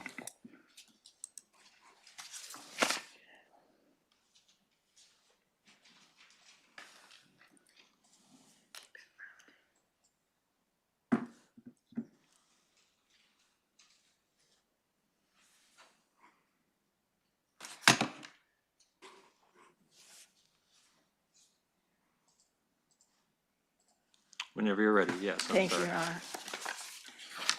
Good afternoon. Is it Chef Damon still? And not technically, no. Yeah, you're not working as a chef anymore. Correct. And you moved back east to be with your family, is that correct? Yes. I want to start, and I hope that you can see this, and I'm going to try to maybe point from afar. But I want you to look at this diagram of OCI. And the first thing I want to ask you is whether the doors that go into OCI would lock automatically when a person walks indoors. In other words, if you used your key to come in any one of those doors, would the door lock behind you? It would, unless it had been secured from the inside to not lock. Okay, so there was a way that the person from the interior could do something to keep that door from locking behind them, Yes. but otherwise they would have locked automatically? Yes. Okay. And you talked about entering from the Southwest 17th Avenue, is that right? Yes. And on Southwest 17th, there are two ways to get into the building? Just two? Yes. Yes, just those two doors. Okay. And the first door that we're talking about is the one that you used, and you used your key. Yes. And then when you came inside, that door locked behind you. Yes. Okay. And the other door was the garage door that you said was open to the storeroom. Yes. And I think you testified that that garage door being open it didn't happen all the time, but you didn't find it necessarily unusual. Yes. And that was because Chef Brophy would use that garage door to move things in and out of the storeroom. Is that what you said? Occasionally, yeah. Okay. And do you know what he was moving in and out of the storeroom? Oh, no, I mean, he would very occasionally bring his own personal items in to sort of support his teaching, his class teaching. So, I mean, it could be special ingredients, or it could be equipment or anything. Okay. But he needed a larger door to move the items that he was bringing in and out of OCI. It was probably just easier to use that larger door. Okay. I would say it's a smoother entry than going over the door Oh, you don't frame. have to go over a bump. Correct. Okay. Yeah. Now let's move around to the back parking lot where the students enter. And there's a garage recycling or a garbage recycling area there on the outside of that wall. Yes. And is that area enclosed with fencing? Yes, there's wooden fencing. If a person were to walk through the open door into the storeroom, there is an exit at the back wall of that room, is there not? Yes, there is. And that exit would take the person out near the garbage recycling area. Yes. And again, that's a door, when you're on the inside of the building, you could go in and out of that door without any problem whatsoever. Yes. No alarm would go off. I don't know about an alarm. Did you ever hear an alarm? I've set the alarm off myself. Good, okay. But you agree that you wouldn't need a key, you wouldn't do anything, you could just push through that door? To get out. Yeah, to Yes, get out. correct. But not to come in. Correct. And do you know whether there are any other doors there, before we get to the student lounge, are there any other doors that take you out into the parking lot on that wall? No. Okay. So the next door is the door that's been marked there as the student entrance? Yes. Okay, and this is a door that students come in. Mhm. Now, we've heard testimony that the students were congregating out in the parking lot that day, and that they were there and left there in the parking lot for longer than would have been typical. The students, however, have described this garage door being open the same as you. Would it have been against the rules or prohibited or bizarre for a student to have come into the building using that garage door since it was open? No, there was no policy against it, but speaking on the students' behalf, I feel like they would have respect for that space as an instructor space and probably wouldn't want to interfere in that space. Okay, so the storeroom area is typically an area that the students don't go into? They're not supposed to. All right. So within this storeroom area, there's shelving on either sides.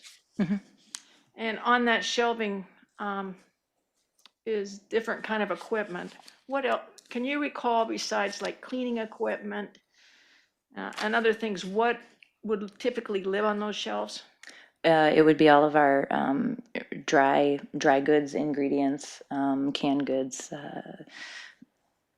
anything that's non-perishable would be on those shelves. There was a good deal of specialized pastry equipment that we didn't use all the time, so that's where it lived when we weren't using it.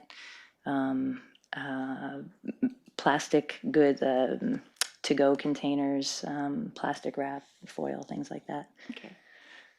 But immediately inside that door would be non-perishable food sitting on the shelves on those walls. Yes. As a person heads back further toward the walk-in cooler, is the walk-in cooler locked? No, it's not. All right. So if a person came through the garage door, they could go back to the walk-in cooler and nothing would prevent them from going into the walk-in cooler and then coming back out? Correct. You testified that you had at one point needed to get back into the storeroom. Were you in this area that I was talking about the non-perishable goods, or were you in a different part? Sure, I would have. It would have been this main area. There's a chance that I would have gone into this area here to perhaps grab some gloves or cleaning supplies or something, but it would have just mostly been that main part. Okay. And then there's a little office that's there across from the walk-in cooler. Whose office is that? That's Woody's office. And is that an office that is typically locked? The doors are locked in that office if Woody's not there? Yes. Okay. All right.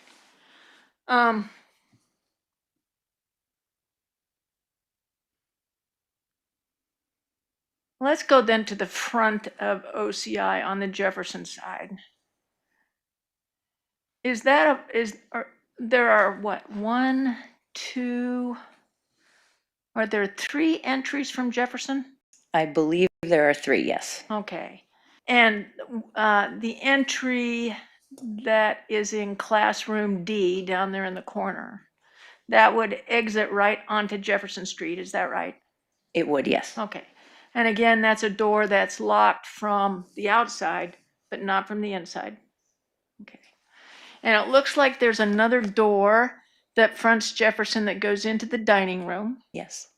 And it's the same situation. You can go out the door, but you can't go in the door without a key. Correct.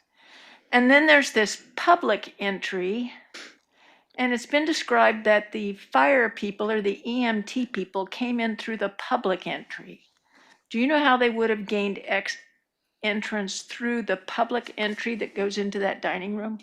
I had at one point blurted out to someone who was standing around. I said, someone go out front onto Jefferson and let the emergency services in when they get here. Or I actually think I said wave them around to the back, but I would assume that's how they got in. That somebody that you sent out to offer help to them would have opened that door from the interior and let them through. Correct. Okay. On the far wall of kitchen 1, that entire wall that goes from classroom D through kitchen 1 down to classroom A, that's a continuous wall? Yes. Okay. Yes. And is that a wall that you that OCI, that exterior wall, do you share that with another building like the condominiums next to you? I believe so. Okay. I think so. And do you know what that wall's constructed of? Oh, no, I have no idea. Okay, all right, fair enough. And there's some little, right in front of kitchen one, right near the door, there's a little enclave there. You know what I'm talking about? Are we reading each other's minds? I'm counting on you and your pointer. Is it this? No, I want you to go forward. Come forward, forward, forward. Go up to the front, the first door. And now go out that door. Okay, come back, come back.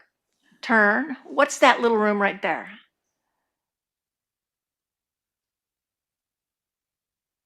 That is the utility closet, the mop closet. Okay, and is that a door that locks? I don't recall. I would assume it locks, but I don't think we ever had it locked. Okay, what's in the utility closet? A mop sink, sink on the floor for the mop buckets, the mops and the mop buckets. There was probably a ladder in there, equipment that our custodian would use. Okay, and do you remember whether that door was open or closed when you were there on that Saturday morning? I don't recall. Okay. There's another door that goes out of kitchen one that's there on that far wall, and it goes into another little closet area. Do you know what that is? This? Yeah, we're reading each other's minds now. We're simpatico. What's that one? I actually don't know. Because this, as far as I can recall, this was a bank of ovens, of Okay. stoves and ovens. I don't know what that Door is. doesn't make sense to you? I don't recall what that is, no. Do you know whether the area that's back there near the utility closet and in this mystery room that we're talking about now, do you know whether the ceiling in that area was open? I know that it was, I am fairly sure that it was in the utility closet. Okay. So if someone was in the utility closet or maybe in our mystery room back there, there would have been access to the ceiling, directly to the ceiling from those two rooms? I believe so. Okay.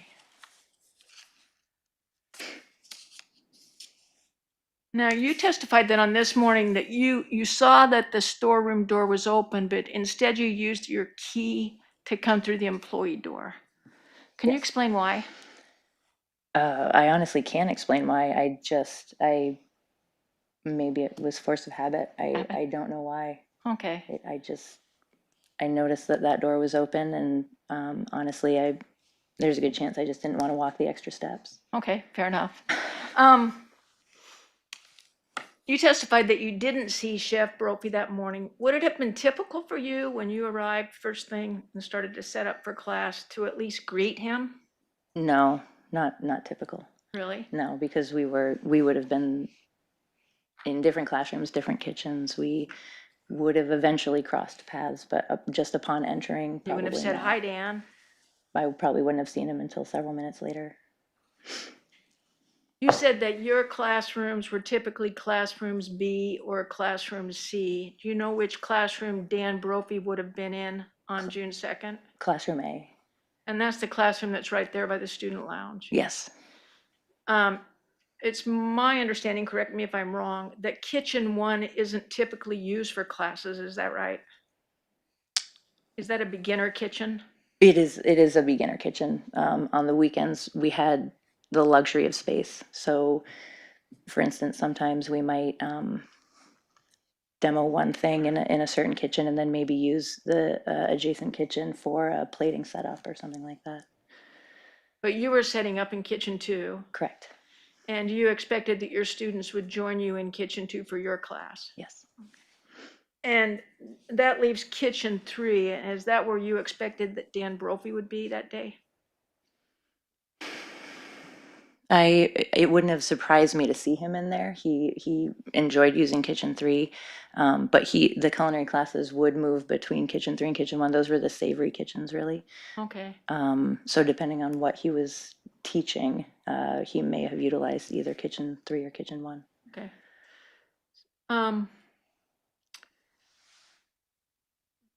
Well, first of all, let me ask you if you're familiar with the phrase live fire. Yes. And what's a live fire? Can you tell the jury? Live fire is a really exciting portion of class that basically simulates real life hotline working in a restaurant and preparing food to order. So typically the instructor will write out a series of tickets as though they're being received in a kitchen. And then the students will go through and they'll, a la minute or to order, they will prepare the food and then serve it to the instructor or the other students. And are the various parts of the various acts that they perform, are they graded or assessed by the professor? Oh, yes. Okay. Yes. And so this is kind of a big deal day for the students? Yes, it is. A really big day for the students. And typically on the day that it was live fire day, the chef instructor who was teaching the class that day, he would get there early? I would assume so. Okay. And the chef instructor would need to set up a number of things for the students before they began live fire. Yes. It is also true, is it not, that on live fire day, it would be very, very typical for the students to arrive early. Oh, yes. In fact, there was a lot that they would need to do to prepare for their class. Yes, usually. And it would not be unusual at all for the instructor to tell a student or two that he would be there early and willing to meet them so that they could get ready for live fire. I would assume that would be usual. Would live fire day be the same for the pastry students as it was for the culinary students, or would those fall on different days? Pastry didn't have a live fire day. Well, how did that happen? Well, pastry cooks don't typically work on a hotline, so we don't have to simulate the same sort of thing. We had different exciting days in our program, but they didn't involve hot food. Okay. So June 2nd was a live fire day. Do you recall that? I actually don't recall exactly what was going to be taught on that day. Okay, but you know that your pastry students were going to have a more relaxed day than that. Well, yes, more relaxed than doing a live fire for sure, yes. Okay. And I don't know what the answer to this is. Maybe you can share that with us. Would it be unusual for a student to, first of all, would it be unusual for a student to miss live fire day? I think it would be unusual. Would it be unusual for a student to be late for live fire day? Perhaps, yeah. Of all the days in that weekend class, this was one of the most important, if not the most important. Is that right? I know that the students put a lot of work into it.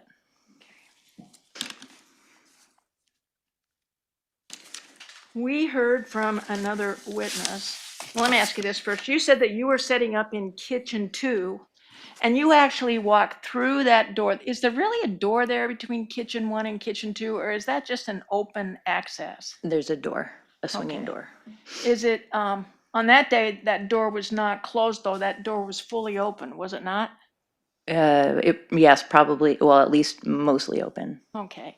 And on that day, while you were setting up at the tables in kitchen 2, was there a table on the Jefferson side of that kitchen, on the Jefferson side of that door? We would have a table. We're so good at this, thank you. Yeah, is there a table right there? Yep. And is that where you were setting up? I would have been setting up my demo table right here. Okay. But then you walked through that door and you actually walked into kitchen 1 to get, what did you call that, a sifter? Yes. And the sifter was sitting in a cabinet or on a wall? It was hanging, I believe the small wares rack would have been right around here next to the dish sink. So it would have been hanging sort of in this area. Okay. And when you went into that kitchen, did you hear anything? No. Did you hear any water running? No, I don't believe so. I don't recall. Okay. Did you hear anything unusual at all? No, honestly, I was pretty focused on what I was doing and was not paying attention to anything around me. Fair enough. Sometimes we get lost in thought as we're working through our day. Another witness has described noisy ovens at OCI. Yep. Why would an oven be noisy? Help us. The convection fan, most likely. A lot of them are just really loud. When the instructors get to OCI early to prepare for the class, do they have to go to the various kitchens and get the fans turned on in those kitchens, or are they on all the time?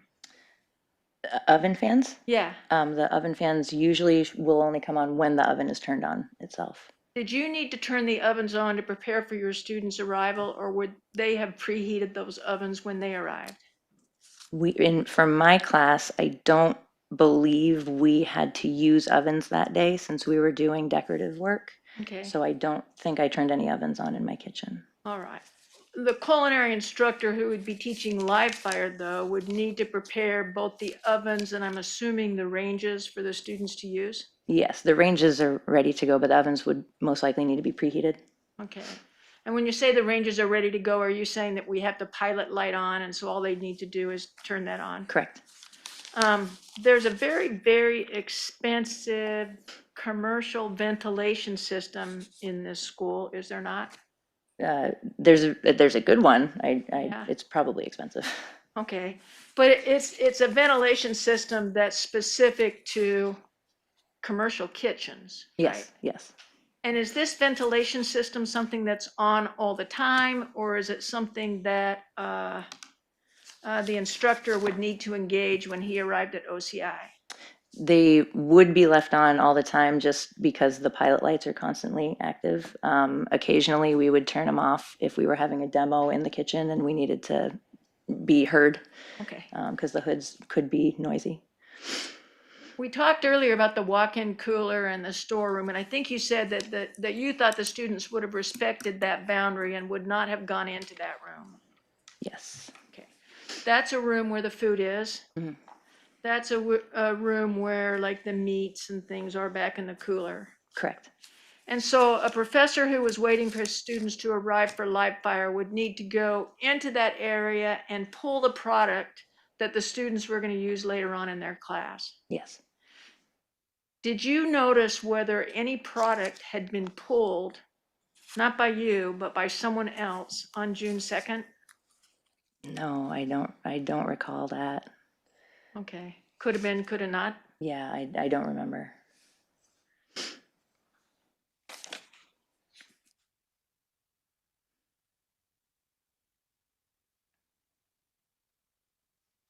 In kitchen 1, on the wall that it shares with kitchen 2, there is a bank of refrigerators, is that right? Yes, yes. Okay. And that bank of refrigerators also has food inside? Yes, almost always. And there are those kind of baker's racks, those wire racks, all kind of strewn all throughout OCI, are there not? Yes. And those baker racks sometimes they have equipment on them. Yes. Sometimes, though, they have alcohol on them, like things that you might flambe something with. Is that right? Yes. Okay.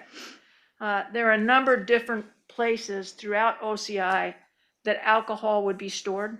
Yes. That includes wine. That includes other kinds of hard alcohols that you might set on fire while you were teaching. Is that right? Correct. Besides the storeroom and besides the walk-in cooler, in any of these other wire racks, are there food items kind of spread throughout the school? Yes, each kitchen has its own pantry and a reach-in cooler, refrigerator. Okay, so we have more coolers than the walk-in cooler. Yes. We have coolers in each kitchen, and we also have, you said a pantry. Mm-hmm. What would a pantry typically be stocked with? Spices, any dry ingredients that aren't perishable. We, in our pastry kitchen, we also had our sugars and flours in bins under the pantry rack, nuts, dried fruits, things like that.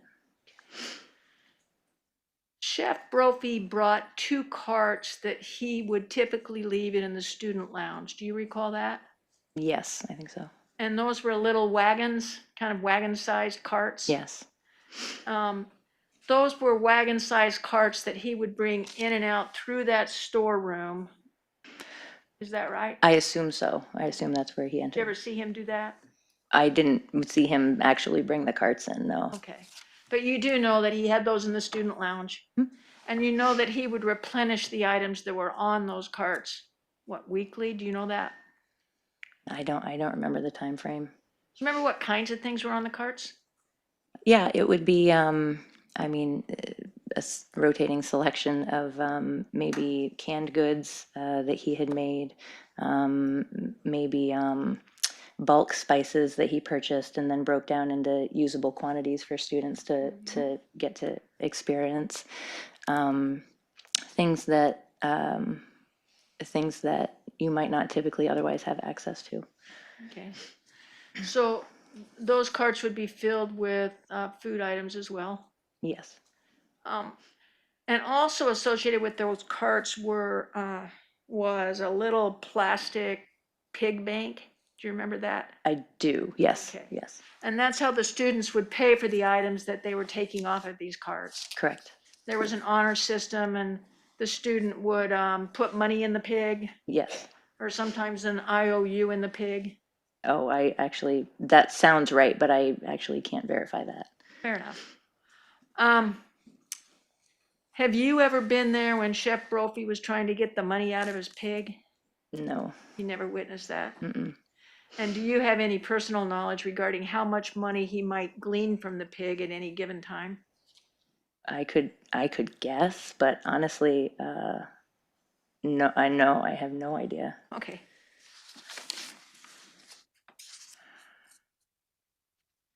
You testified that that you thought it might be around 8 o'clock, or could it have been later, 8 o'clock or later, that you left the school part of OCI and left across for the administration building? It could have been a few minutes after 8, yeah. Could it have been as late as 8:15, or you're pretty sure it's close to 8? It was close to 8.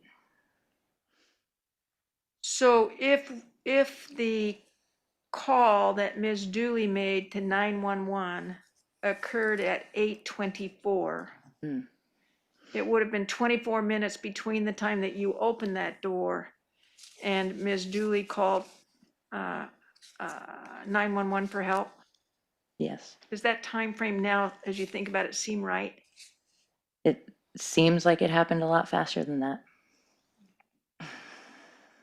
Time might be a little difficult to measure under that kind of a pressured period. Yes. And you testified that you went across the street to the administration building. Yes. You worked not just as an instructor on the weekends, but you also worked in an administrative job. Yes, I was an externship coordinator. And when you did that job, was that a function that occurred at that building that you went to across the street, or was that in another kind of satellite office for OCI? It was in the administrative building across the street. And you went into the administrative building, you said that you were, what were you doing again? I forgot, I'm sorry. Just in the admin building. Yeah. I'm pretty sure I was making photocopies from the textbook and doing copies for class and things like that. Okay, so that's where the photocopy machine was. Yes. So you went over there to make copies, and then you came back to OCI, the school part. Correct. How long do you think did you spend across the street? 5, maybe 10 minutes. Okay. Not much longer than that. Someone asked you about using the guest bathrooms and about whether the students should use those or shouldn't use those. And I think you testified that the students wouldn't use those. They were not supposed to, but occasionally they might. Okay. My question though is that you needed to use the restroom that morning and you came back to OCI to use the guest restrooms. Mhm. There's a restroom across in the administrative building, is there not? Oh, there is, yeah. And how come you didn't use that one? I didn't need to at the time. Okay, all right. All right, things change. Let's see if there's anything else that I need to ask you about. Oh, you were in the guest bathroom. At any time before you came out of the bathroom, could you hear Katie Dooley calling for you or yelling for you? I did hear it. I initially heard just some loud voices, and then I did hear my name, which is what made me rush out of the bathroom. Okay. When you were in that bathroom, could you hear anyone yell, call 911? No, I didn't hear that. Okay.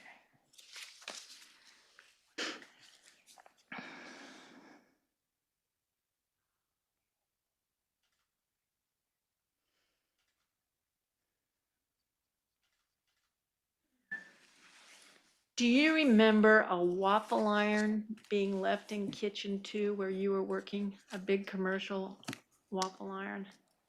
It's in kitchen 2 underneath our work tables. We also had equipment storage for really any class could use the equipment that was in there. So I recall throughout the course of working there, I saw a waffle iron at several different times underneath the tables in there. I don't recall that there was a waffle iron in there that specific day. Okay, so was this a big, heavy, like 40-pound waffle iron? Yes, it would have been an industrial one. giant. Yeah, And I think what you're saying is sometimes it was there and sometimes it wasn't. correct, And you don't recall whether it was there on this occasion. correct. I don't think I have anything further for you. Thank you. Thank you, Your Honor. Just briefly, I'm going to jump around as I cover a couple things.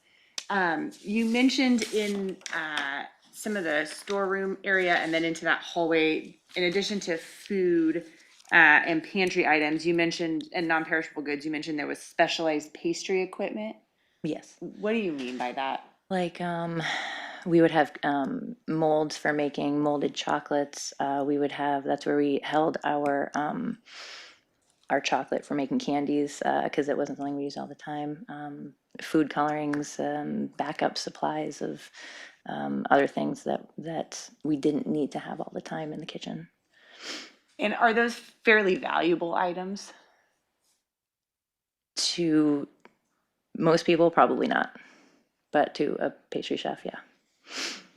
And then you also mentioned alcohol. I think you talked a little bit about some alcohol being stored near the dining room. Is that right? Sure, let me, so I know that in my kitchen, in kitchen 2, in our pantry area is where we would have our, that's where we stored our alcohol. Near the dining room, the bar area would have beer and wine in the lowboy coolers. And then,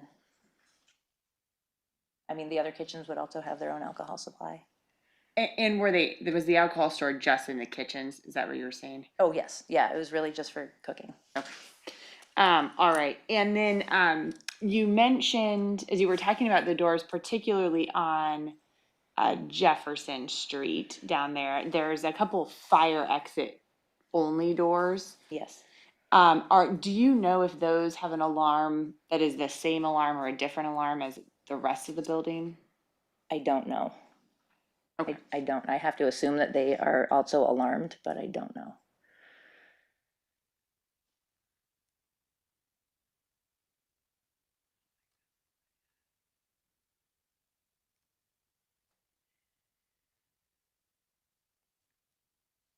That's all the questions I have. Thank you.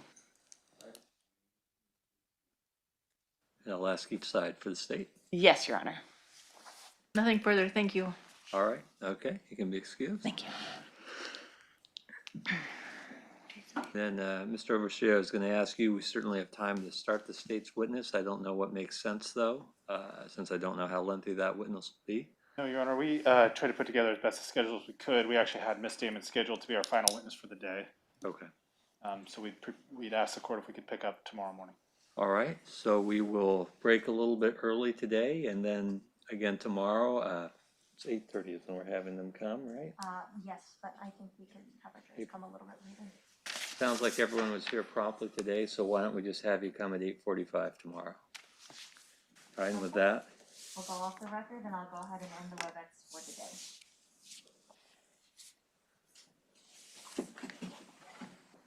All rise.